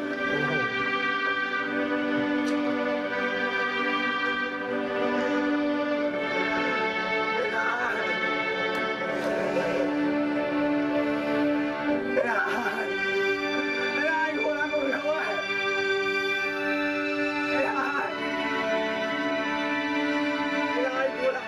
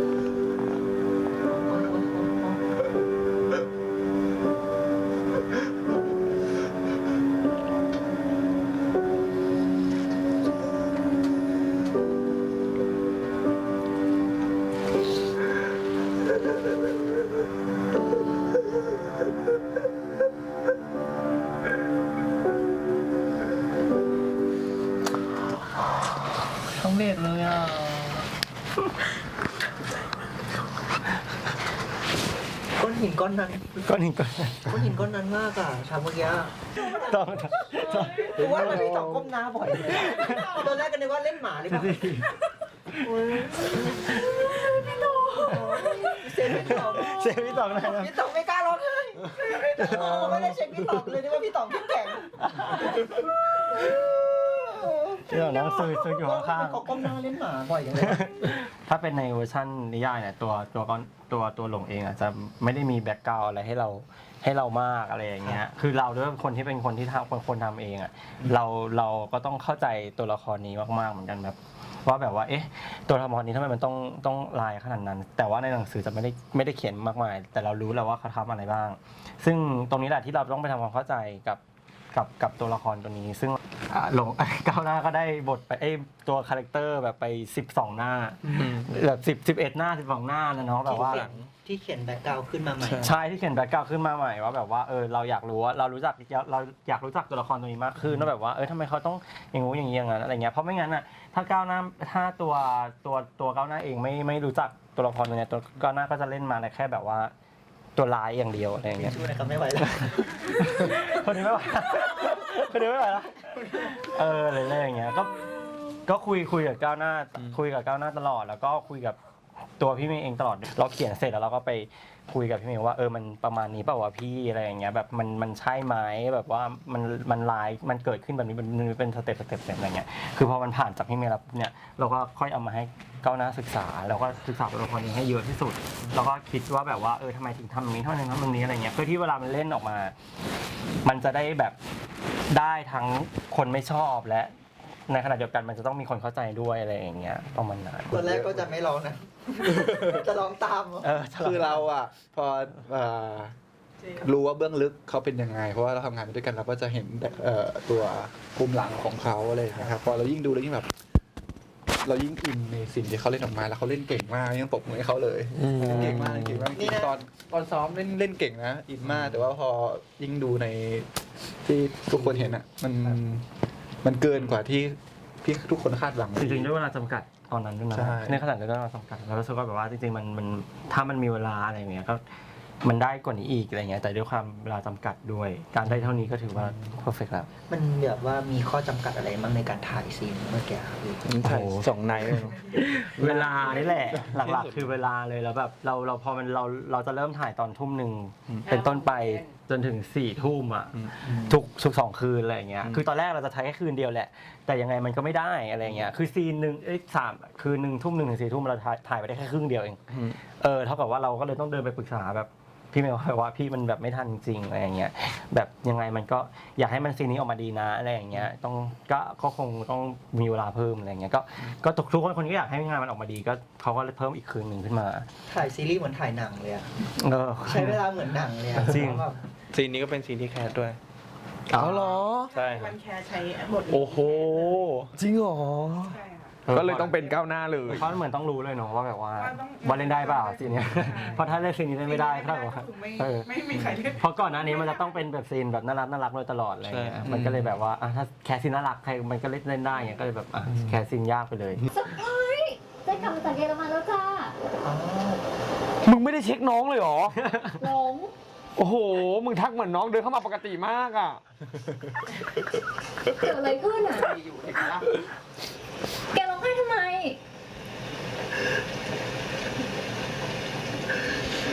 ให้ผมเกิดมาทำไมอ่ะ อุ้ยแม่เหรอแกเป็นบ้าอะไรถ้าไม่มีใครรักผมไม่มีใครสนใจผมแล้วจะให้ผมเกิดมาทำไมอ่ะแกพวกเล็กของแกเนี่ยบ้าอะไรเนี่ยพามาก็ไม่เคยรักผมเฮียกับเจ้ก็ไม่เคยสนใจผมอ่ะถ้าไม่เห็นผมเป็นลูกไม่เห็นค่าน้องชายอย่างผมทำไมไม่ปล่อยผมตายอยู่เลยอ่ะให้ผมอยู่ทำไมผมเจ็บผมทรมานมีใครรู้บ้างไหมแม้แต่ตอนนี้ไอ้ทายมันก็ไม่เห็นค่าผมแล้วผมจะอยู่ไปทำไมผมไม่อยากอยู่แล้วเจ๊ปล่อยให้ผมตายไปเลยก็ได้นะ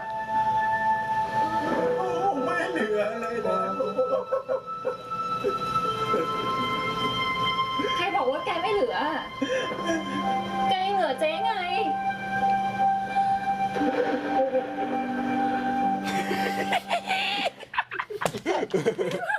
เกิดอะไรขึ้น ขอโทษนะ คือแคทติ้งมันคอนทราสต์กันนิดนึงอ่ะ คือหลงอ่ะส่งให้หนักมากอิโมชัน a ลหนักมากแต่แบบเหมือนเขาไม่ได้รับอ่ะ ผมรู้ว่าเจ๊ก็เกลียดผม ไม่ เจ๊ไม่เคยเกลียดแก ไม่จริง ผมไม่เชื่อ แกจะเชื่อหรือไม่อ่ะ เจ๊ก็เป็นพี่สาวแก ถ้าการที่เจ๊ไม่อยู่อ่ะ ก็ไม่ได้แปลว่าเจ๊ไม่รักแกนะ ถ้าเจ๊ไม่รักแก เจ๊ไม่ปล่อยให้แกร้องไห้มาชนราคาเป็นหมื่นอย่างนี้หรอก บทพูดบทเนี้ยมันเป็นบทที่ทำให้เห็นความสัมพันธ์ของคนในครอบครัว มองเห็นเม็ดเงิน มองเห็นการทำหน้าที่ในสังคมสำคัญกว่าความสัมพันธ์ของคนในครอบครัว ก็ไม่ได้ตั้งใจให้มันดูเรียวขนาดนั้น เจก็มี ใช่ ความแบบ ก็ไม่ได้ปลอบจริงปะวะ ใช่ อะไรอย่างเงี้ย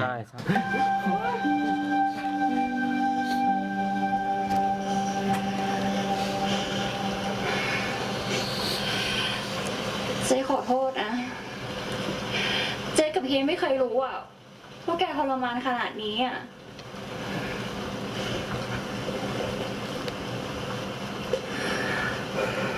เจ๊รักแกนะ เห็นไหมฮะหลงก็ไม่ได้รับความรักอยู่ดีอะ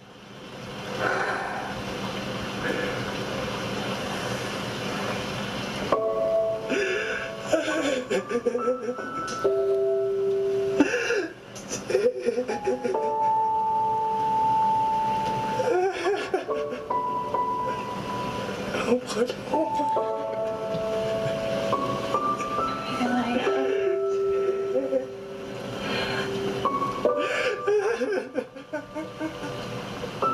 ขอโทษเจ๊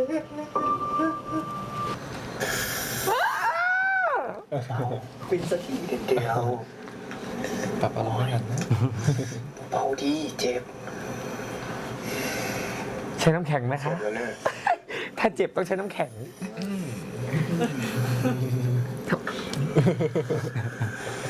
กูมั่นใจ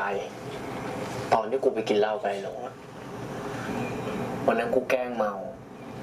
แล้วตอนที่กูบอกมันว่า มึงเป็นของกูอะสีหน้าของมันอะ ร้ายมาก ทำให้กูมั่นใจ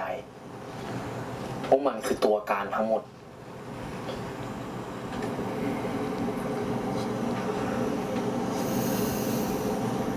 กูขอโทษนะ มึงจะไม่พูดคำได้กับกูอยู่แล้วใช่ไหม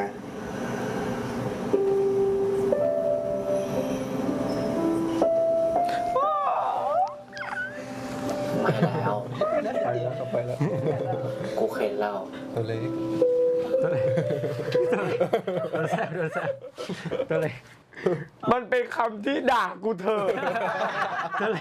ถ้าจะมองด้วยคอนเทนต์หน้าขนาดนี้แล้วพูดว่าตัวเล็ก คือด่ากูเถอะ ไม่ได้มีแต่มึงหรอกนะ ที่เสียใจ กูเองก็เสียใจแทบบ้า ตอนที่กูขอเลิก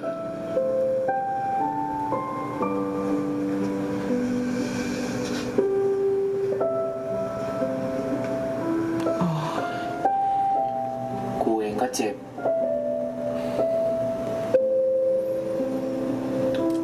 กูขอโทษนะ ที่กูทำตามใจตัวเองมากเกินไป แต่กูก็แค่ อยากให้มึงตาสว่างไอโนบอกว่า ไม่จำเป็นต้องทำก็ได้ แค่ไม่ต้องเต้นตามไปหรอก แต่กูทนเห็นมันหลอกมึงต่อไปไม่ได้อีกแล้ววะ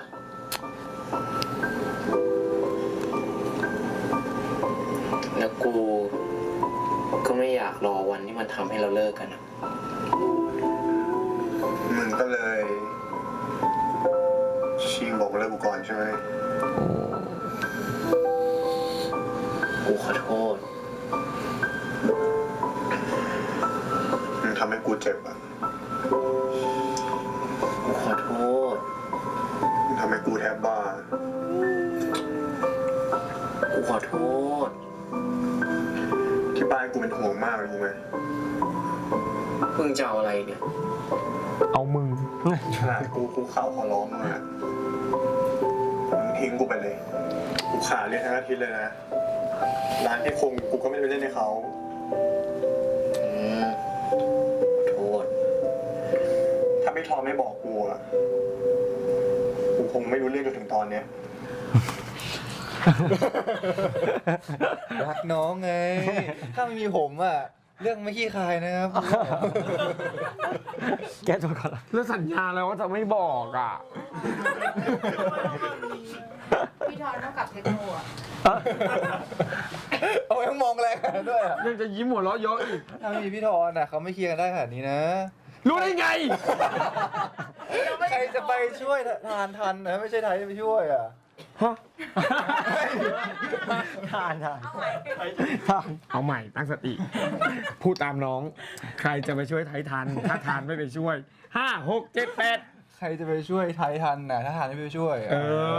อ ใช่ปะล่ะ ใช่ เซฟพี่ต๋องก่อน ตอนรับงานเรื่องนี้ครับคือเราไม่ได้ไปออดิชั่นเนาะ อ๋อไม่ได้ไปออดิชั่น ไม่ได้ไปออดิชั่นก็คือมาแคสด้วยความบังเอิญแล้วก็ เดินผ่าน เดินผ่านห้องแคสตัวอยู่ห้องแคสใกล้ๆนี่อะไรวะ จริงปะเนี่ย คือ ใช่ เขา ใช่ ไปหลายรอบแล้วแต่ผม ใกล้ๆฟิตเนสอะไรนะเวอร์จิน ผมจริงเป็นคนไปเรียกมาแคส อ๋อ เขายังขาดบทตัวนี้อยู่ ผมก็มาโดยที่ไม่ได้อ่านมาเลยว่าเรื่องราวทั้งหมดเป็นยังไง ก็อ่านแค่บทของตัวทอนเท่านั้น ผมก็มาเห็นรับรู้เรื่องทั้งหมดจากที่ทุกคนดูพร้อมๆกันเลยใช่ผม คือตัวพี่ทอน แค่บทตัวเอง ก็ แค่บทตัวเอง ใช่คือตัวพี่ทอนอ่ะคือทั้งวันเลยไม่ได้ ไม่ได้เลยใครมาแคสก็คือไม่ได้เลยอะไรเงี้ยแล้วเผอิญว่าคนนี้เขาเดินผ่านมาพอดี แล้วก็เลยรู้สึกว่าน่าจะได้เนาะอะไรอย่างเงี้ยก็เลยจริงมันก็เลยวิ่งไป ดวงจะได้มันก็ได้เนาะ แล้วพอมาแคสวันต่อมาแล้วทุกคนก็เราก็เล่นได้ว่ะ แล้วก็เลยเอาเลยอะไรอย่างเงี้ยเพราะว่าดูมากเป็นพี่ดิ ลุคเขาก็แค่เหมือนบ้านของ ใช่ ทานด้วยอ่ะ ไอพี่ทอนไหนว่าสัญญาแล้วไงวะ มึงต้องชดใช้ความผิดของมึง เอาแล้วเอาแล้ว จะเอาไงอ่ะ จะให้กูคุกเข่าขอโทษบ้างปะ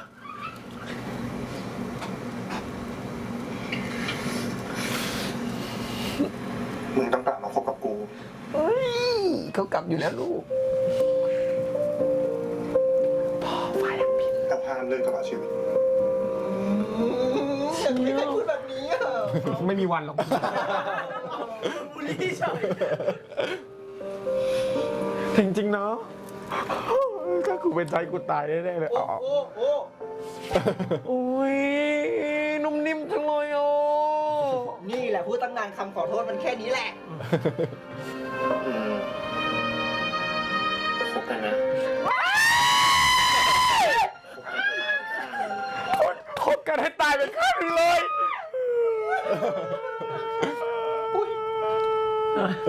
ไปแล้ว มันดีมากเลยมันดีมากเลยมันดีมากคบกันให้ตายไปข้างเลยคบกันให้ตายไปข้างเลย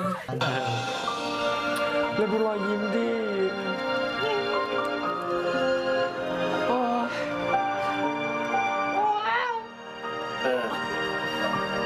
แล้วที่กูบอกมึงว่ากูไม่อยากหลับลึกไปมากกว่านี้ไม่ใช่ว่ากูอยากจะเลิกกับมึงจริงๆนะ แต่กูกลัวว่ากูจะรักมึงจนไม่ยอมทำตามแผนตัวเองมากกว่า มึงพูดว่าไงนะ มึงจะถามซ้ำทำไมเนี่ย ก็เมื่อกี้เนี้ยมึงก็บอกรักกูอะ กูไม่เคยบอกรักมึงหรอ ไม่เคย งั้นเมื่อกี้ถือว่ากูบอกอะไรแล้วกัน โหยไทยอย่าขี้โกงดิบอกอีกรอบนะ เสียงนี้ดอกมันเหมือนหมายแถวๆนั้นอะ มา หนอ ฟังดีๆนะ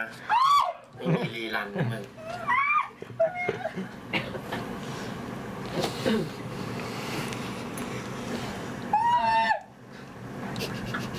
โอ้ยโอ้ยโอ้ยเป็นการบอกรักที่เลิศมากเลิศมาก กูรักมึงนะ อะไรนะ เอา ไอ้เหี้ยเอาใหม่ ผมไม่ให้รีรัน เอาเฉย กูรักมึงนะไอ้เฮียทาน คอมพลีทแล้วอ่ะคอมพลีทโอ้ยว้าวโอ้ยดีจังเลยอ่ะมีความสุขจังเลยอ่ะ ขี้แย่เอ้ย ผมเปียกหมดแล้ว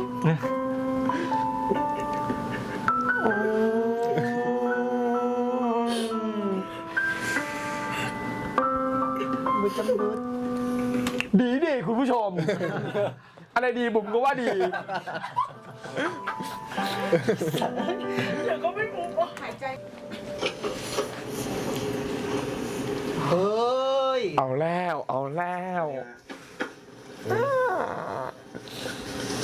ทนุถนอมน้องด้วยเป็นแผลเต็มไปหมด กูได้ยินเสียงน้ำแข็ง กูได้ยินเสียงน้ำแข็ง กินไม่ได้เลยกินไม่ได้เลย เขาคงชงชาเย็นกินกันแล้วมั้งเช็ดแผล คิดไปไกล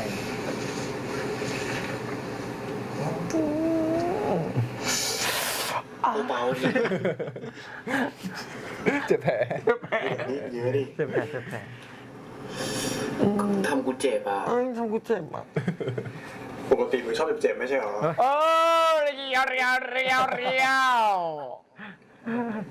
นี่มึงโดนไปกี่หมัดเนี่ย ไม่รู้อ่ะตั้งแต่หมัดที่ 3กูก็เลิกนับแล้ว เห็นตัวบางๆงั้นอ่ะแม่งหมัดหนักชิบหายเลย ต่อยกูคืนได้นะ คนดีอีกแล้วงาสาไปต่อยหลงคืนให้กูไหมล่ะ เออ ความจริงกูน่าจะรู้ว่าไอ้หลงมันรู้สึกยังไง เมื่อกี้กูถ่ายโทษให้มึงแล้ว ตามถ่ายโทษให้กูบ้าง ถ่ายโทษอะไรอ่ะ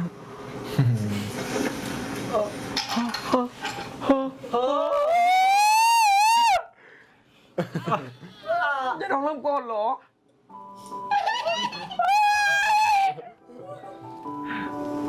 นี่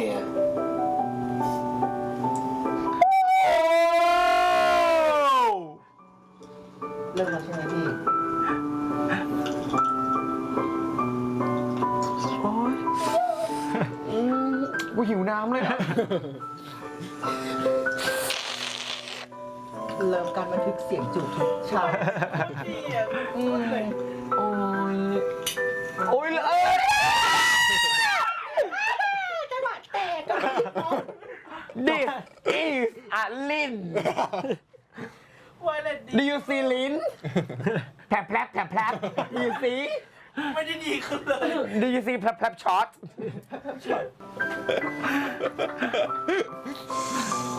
จริงไหม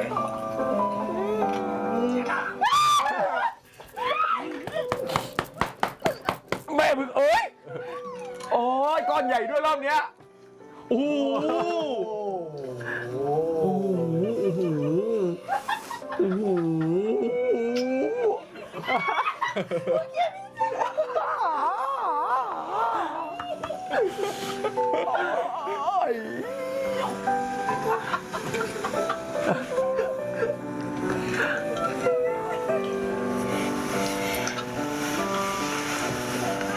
หูเสียงนะ เบียร์ กูอยากยืดซีนนี้ต่ออีกสักชั่วโมง จริงกวกเลย มีอันคัดไหมครับ มากกว่านี้คือดูหนังโป๊แล้วนะ อะไรนะ มากกว่านี้คือดูหนังโป๊แล้วนะ อ้าวนี่เรายังไม่ได้ดู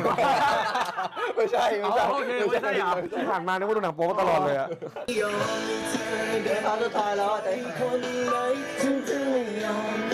าย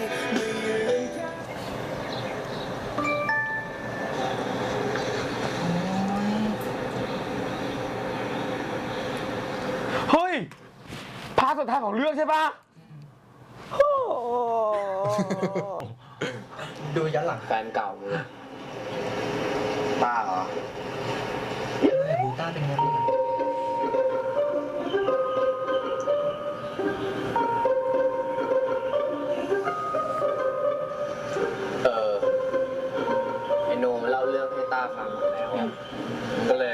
ฝากมาขอโทษอะที่มันทำให้กูกับมึงทะเลาะกัน แล้วมันจะไปเรียนต่อที่ฝรั่งเศสว่ะได้แบบว่าทำไมมึงเสียดายเหรอ เออ เปล่ามึงไม่อย่าหาเรื่องกูเดี๋ยววะ แล้วพูดขึ้นมาเองก่อนทำไม กูไม่ได้หาเรื่องมึง แล้วมันก็ยังบอกกูอีกว่า ที่มันยอมเล่าเรื่องทั้งหมดให้กูฟังเนี่ย เพราะมันมีแผนจะไปเรียนต่อที่ต่างประเทศอยู่แล้วอะแม่งจบได้ก็ดี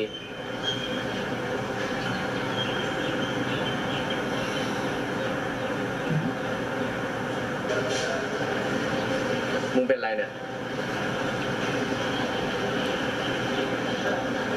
กูฝากบอกอะไรต้าหน่อยดิ เนี่ย ทานไฟเก่า ก็วัน เลิกเพิ่ง เขาก็คงรู้สึกผิดแหละ ใคร พี่ทานนะ ไม่จำเป็น เฮ้ย เขาคงรู้สึกผิดแหละเป็นต้นเหตุ มันตัดกันไม่ขาดสินะ คนมันเคยได้เสียกัน ใบแอดแหละใบแอดแหละ เข้าข้างไทยกูบอกแล้วกูอยู่ทีมไทยชัดเจนมาก บอกว่า กูขอโทษสลับทุกอย่าง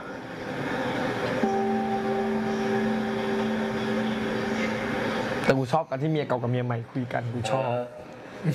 กูก็ไม่ได้หึงจนงี่เง่าขนาดนั้น กูรู้อยู่แล้วแหละว่าพระเอกแบบมึงอะยังไงก็ต้องบอกแล้วมึงจะบอกเองแค่บอกให้อะ เฮ้ยเขานั่งกอดกันที่มหาลัย ใช่ใช่ ที่สาธารณะ ไม่ได้เปิดมาเลย บอกให้กูแล้วกัน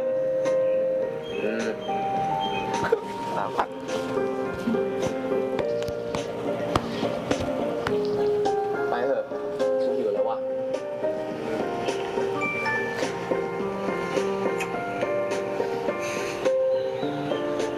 ชาตินี้ผมไม่เข้มแข็งพอ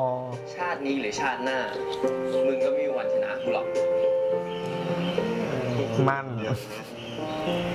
มึงนี่มันหน้าหมันไส้จริงๆเลยทาน อะไรวะหมั่นไส้อะไรเดี๋ยวขอดูดิ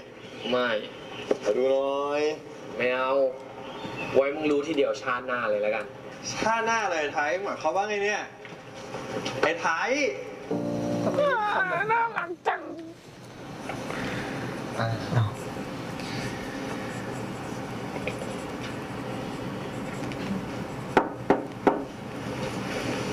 เข้ามาได้เลยครับ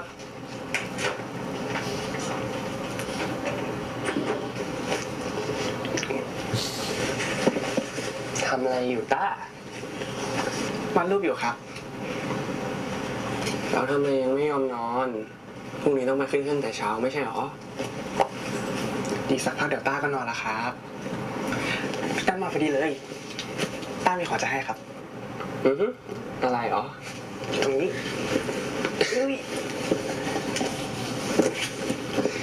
อะไรอ่ะ ไม่เห็นเหรอว่าไปกรอบรูปอ่ะ ที่เคยสัญญาไว้ครับ เฮ้ย ละมุนมาก พี่ตั้มยังรออ่ะ เห็นด้วยอ่ะพี่ตี ไม่แต่ตารอไฟนะเนี่ย ดูกล้องเลย ไปนอนได้แล้ว ถ้าไม่สบายขึ้นมาใครจะคอยดูแล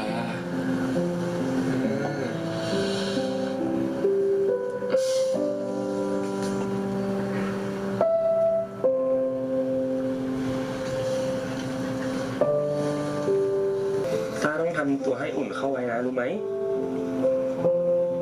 เวลานอนก็จะห่มผ้าหนาๆด้วย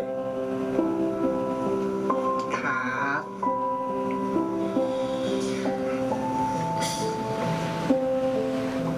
พี่ตั้ม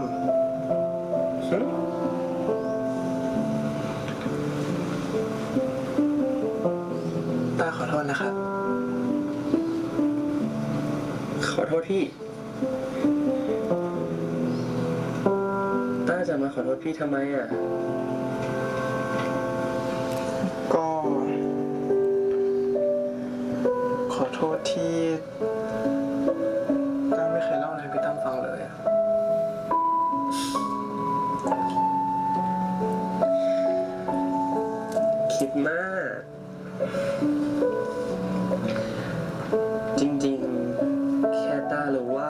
ไม่ว่าอะไรจะเกิดขึ้นต้าก็จะมีพี่อยู่ข้างๆเสมอแค่นี้ก็พอแล้วไม่ต้องมาขอโทษพี่หรอก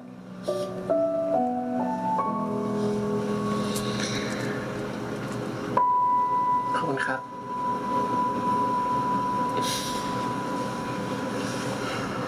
พี่ตั้ม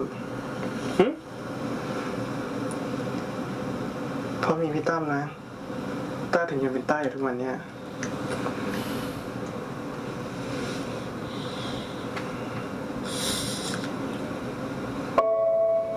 โอ้ยการประสานมือแบบนี้มันไม่ใช่พี่น้องอ่ะ คิดดีไม่ได้ การประสานมือแบบนี้มันอันตรายมากลูก จริง อ๋อนี่ไง ตั้มคือคนสำคัญที่สุดของต้านะ ต้าก็คือคนที่พี่รักที่สุดในโลกเลยนะ ถ้าไฟไม่ค่อยดับไม่ใช่เลยนะถอดมา ๆ ถ้าเสียงเตียงดังอ่ะ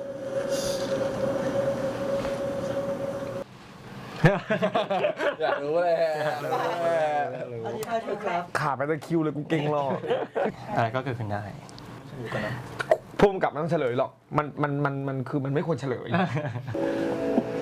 ไม่ไหววะ วันเนี้ยพวกกู มาแล้วคู่นี้ แต่พวกมึงยก มา มือ แล้ นะ ว นั่นดิกูสั่งมาเนี่ยแทนที่จะโดนน้ำขังแป๊บเลยนะเว้ย โอ้พี่แล้วตก พี่หลงเขาหล่อจริงเหรอพี่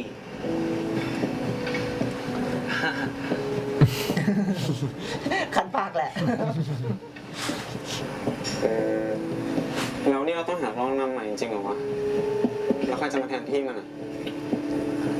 อันนี้กูก็ไม่รู้อ่ะ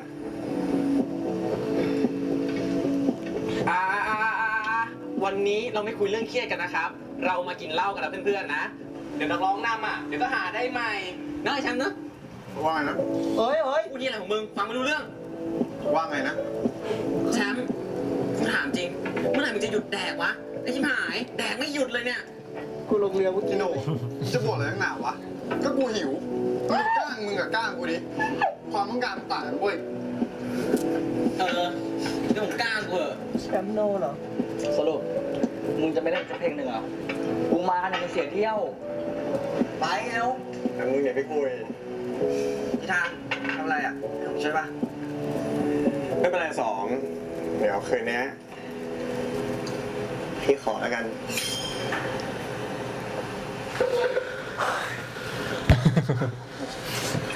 มันจะทำอะไรของมันวะ คู่รอเลยอ่ะ จะรู้ไหมเนี่ยกูนั่งอยู่กับมึงเนี่ย คิดถึงตอนที่มองตากัน ไม่ต้องพูดอะไรสักคำแววตาที่เธอมองฉัน บอกให้รู้ว่าเรารักกัน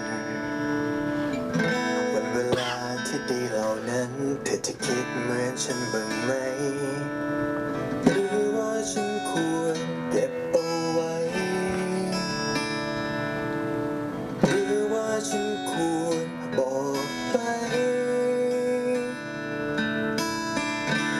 อยากให้เธอเป็นคนสุดท้าย คนที่อยู่ด้วยกันกับฉันทุกลม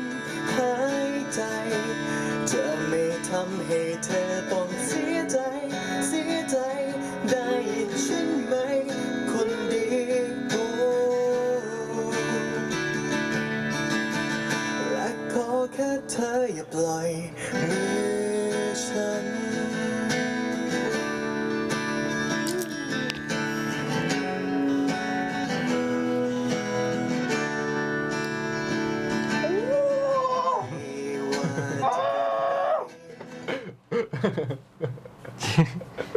กูมองภาพแชมป์โนแต่เหมือนแต่ก่อนไม่ได้แล้วอะ จะให้เธอเป็นคนสุดท้าย คนที่อยู่ด้วยกันกับฉันทุกลมหายใจ จะไม่ทำให้เธอต้องเสียใจ เสียใจ ได้ยินฉันไหมคนดีโอ้กูขอโทษเว้ยเธอโลกหยุดหมุนให้เธอจำไว้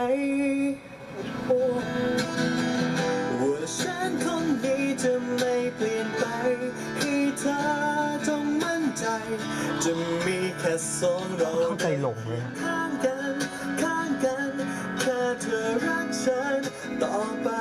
โอ้และขอแค่เธออย่าปล่อยมือฉัน โอ้มาแค่นี้ และขอแค่เธออย่าปล่อยมือฉัน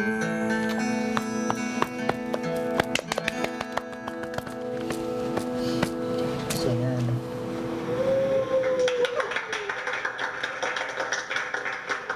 ทัดหูลูกทัดหู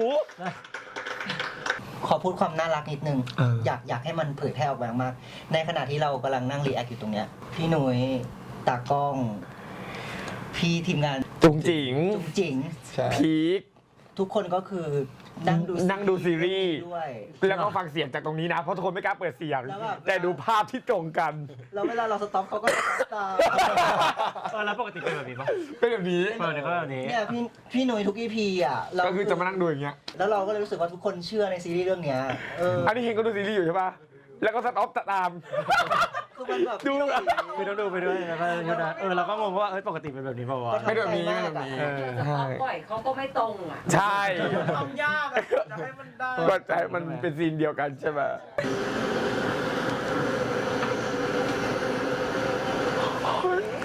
กูเขินไปก่อนแล้วอะ เอาไปตามนะ มันพอมันยิ่งใกล้จบมันยิ่งแบบ รู้สึกว่าความรักเขาคอมพลีทอะ ง่วงไปแน่ ไม่อะ แล้วถือเปล่า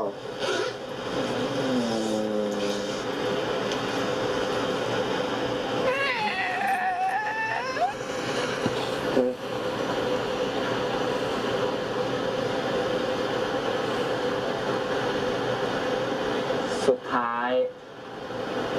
กูก็รักมึงจนได้ แล้วมึงก็จะรักกูไปเรื่อยๆขนลุก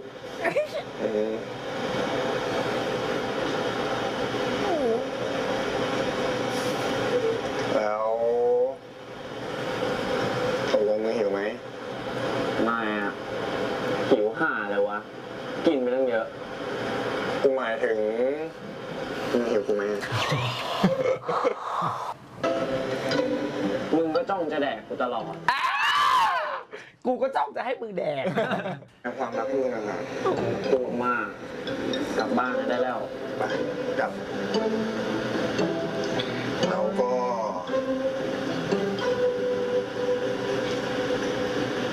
อย่าปล่อยมือกูอีกนะ เข้ากับเนื้อเพลงแหละ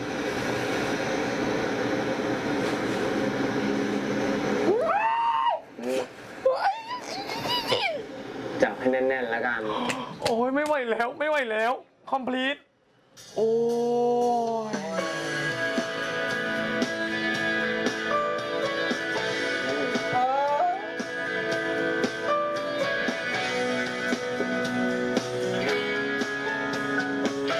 กับคือไม่หลุดเลยอ่ะ กราฟดีมากกราฟดีมาก3 ปีผ่านไปไวเหมือนโกหก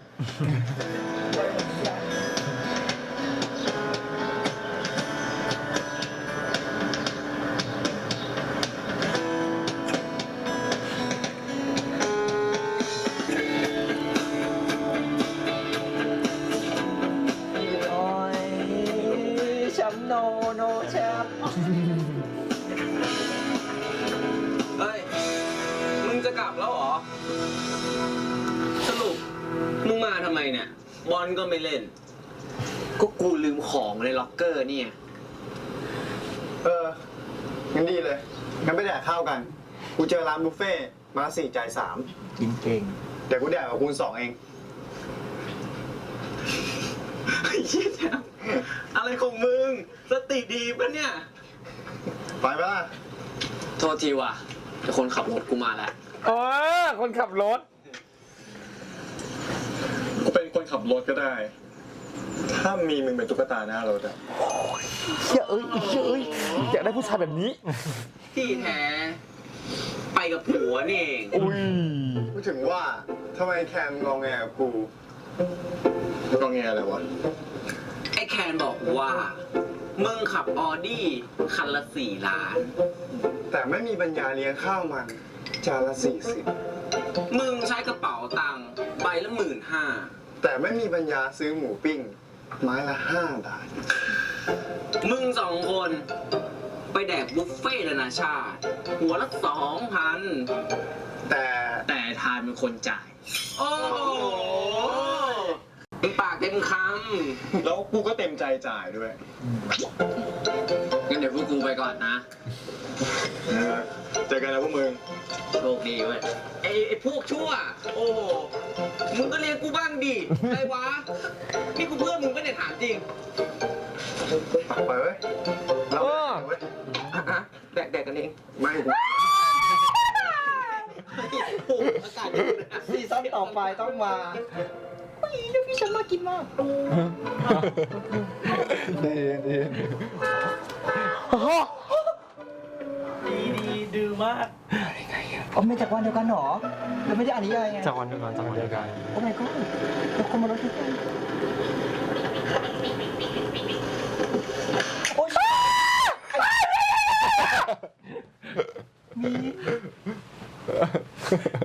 เฮ้ยมันยังไงอ่ะ พีท อ้าวตินมารับแค่เหรอครับ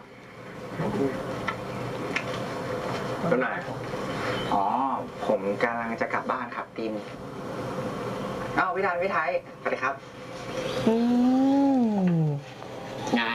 มารับไอ้แคนเหรอ มันไปขี้อ่ะสวนกันตะกี้ รอนานหน่อยนะ งั้นเดี๋ยวไปรอที่สนามบอลก็ได้ ตั้งแต่โดนแชร์นี้เข้ามาจูบวันนั้นนะเราก็ชัดเจนขึ้นนะ ก็มันเป็นของผม เออ ไปก่อนนะ เจอวันจันทร์ ครับติน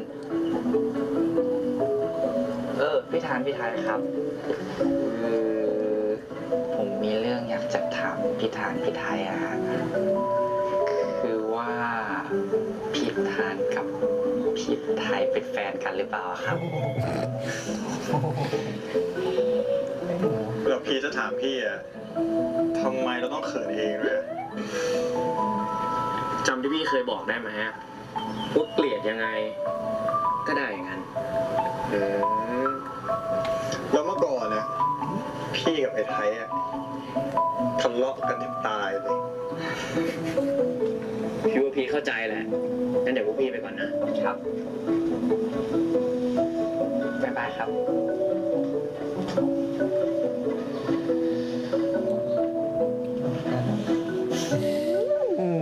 น่ารักนะ น้องมึงเนี่ยเจอกี่ทีก็ตลกเลย ขำว่ะ โดยเฉพาะแฟนพวกมันนะ ไอพีจะไม่เท่าไหร่ แฟนในแคนนี่ดิ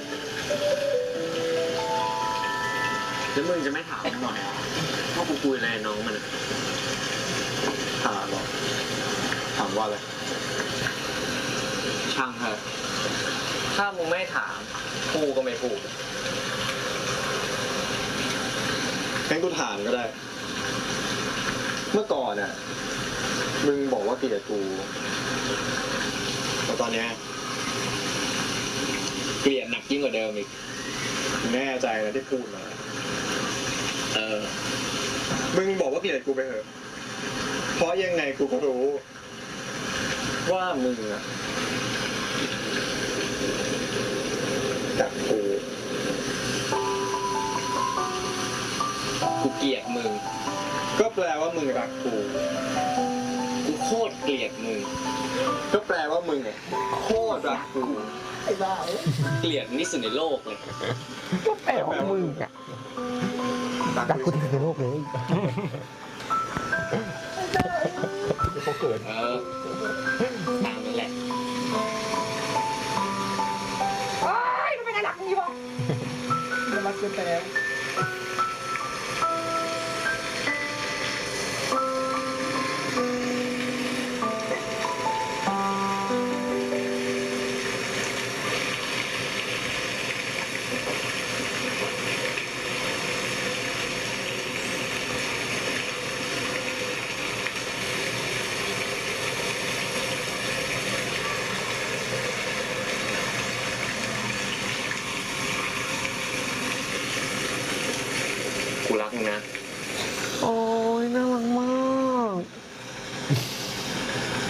มึง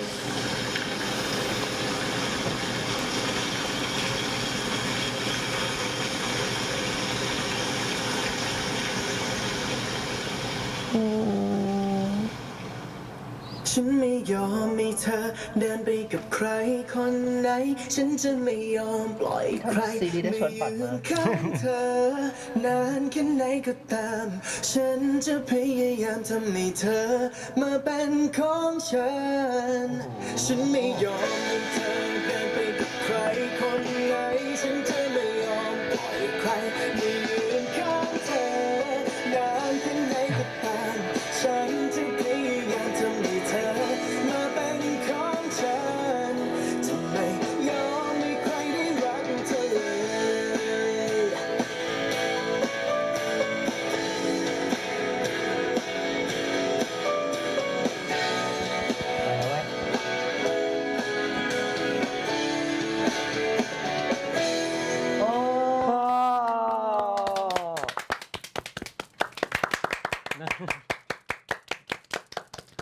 อิ่มจังเลยอ่ะ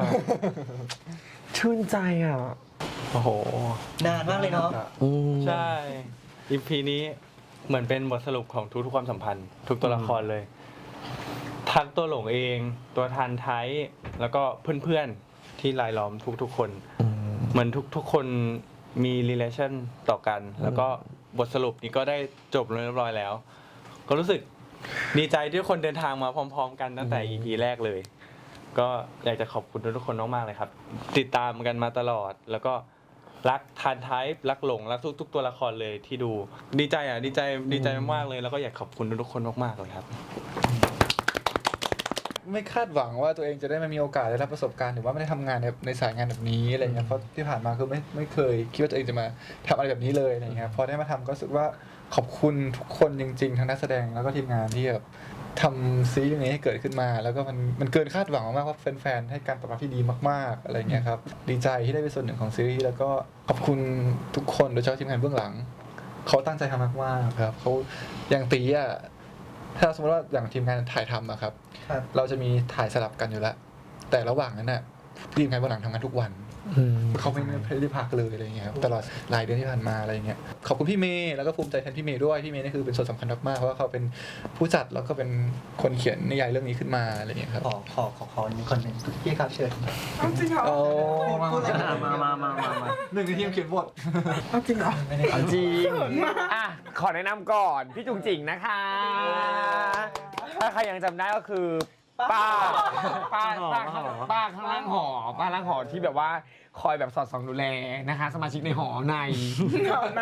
ย้ำว่าหอในพี่จุงจิ๋งก็เป็นหนึ่งในคนเขียนบทเป็นเหมือนผู้ช่วยพี่เมย์ ใช่ค่ะ ที่ช่วยกันเขียนบทกับพี่เมย์เนาะ ใช่ แล้วก็จะเห็นชื่อจุงจิ๋งในเครดิตด้วยว่าเป็นโคโปรดิวเซอร์ด้วย พูดถึงซีรีส์นี้หน่อย ก็ขอบคุณทุกคนมากๆเลยค่ะขอบคุณมากๆจริงๆที่ชอบซีรีส์ของเรามากๆขนาดนี้ที่ติดตามแล้วก็ที่แบบดูกันทุกตอนแล้วก็หวีกันทุกตอนขอบคุณมากๆจริงๆขอบคุณจากใจมากๆจริงๆเลยค่ะแบบไม่คิดว่าทุกคนจะรู้สึกว่าชื่นชอบกันมากขนาดนี้อะไรอย่างเงี้ยค่ะ จริงๆมีแต่คำว่าขอบคุณเลยเราไม่คิดไม่ฝันว่าเราจะมาถึงจุดนี้ได้แล้วก็เราก็มาถึงแล้วก็ขอบคุณแทนพี่เมย์ด้วยที่แบบทุกคนชอบมากๆอะไรอย่างเงี้ยค่ะก็มาเนี่ยค่ะขอบคุณค่ะ ก็เป็นตัวแทนของทุกคนเลยละกันที่แบบไม่ได้มาวันนี้นะครับที่ช่วยให้เกิดซีรีส์เรื่องนี้หลายๆคนเริ่มจาก1เกือบจะหมดเลยเพราะว่าแบบว่าไม่จริงๆตั้งแต่พี่เมย์เลยด้วยซ้ำเราเองหรือนักแสดงหลายๆคนก็จริงๆก็แทบจะหนึ่งใหม่หมดเลยอย่างเงี้ยแล้วก็รู้สึกว่าแบบว่าการนับหนึ่งมันไม่ได้เป็นอะไรที่ทำไม่ได้หรืออะไรอย่างเงี้ยแต่ว่าอยู่ที่ว่าเราตั้งใจกับผลงานมากน้อยแค่ไหนคือหลังจากนี้เรื่องนี้โนไม่รู้ทุกคนจะไปทำอะไรเลยอย่างเงี้ยก็ติดตามแล้วก็ให้กำลังใจกันตลอดครับประมาณนี้ขอบคุณนะครับขอบคุณมากๆนะคะสำหรับการทำงานที่หนักหน่วงจนทำให้ผลงานออกมาตรงนี้เดี๋ยววันนี้หนังหน้าโรงก็มีของขวัญเล็กๆน้อยๆสวัสดีปีใหม่ด้วยเป็นในตัวนะคะอันนี้เป็นโอเค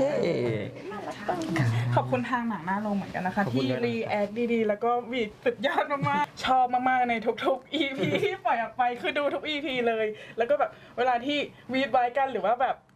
ว้าวขึ้นมารุนแรงนี่คือแบบก็ตกใจเหมือนกัน ขอบคุณมากๆวันนี้ขอบคุณมากๆค่ะ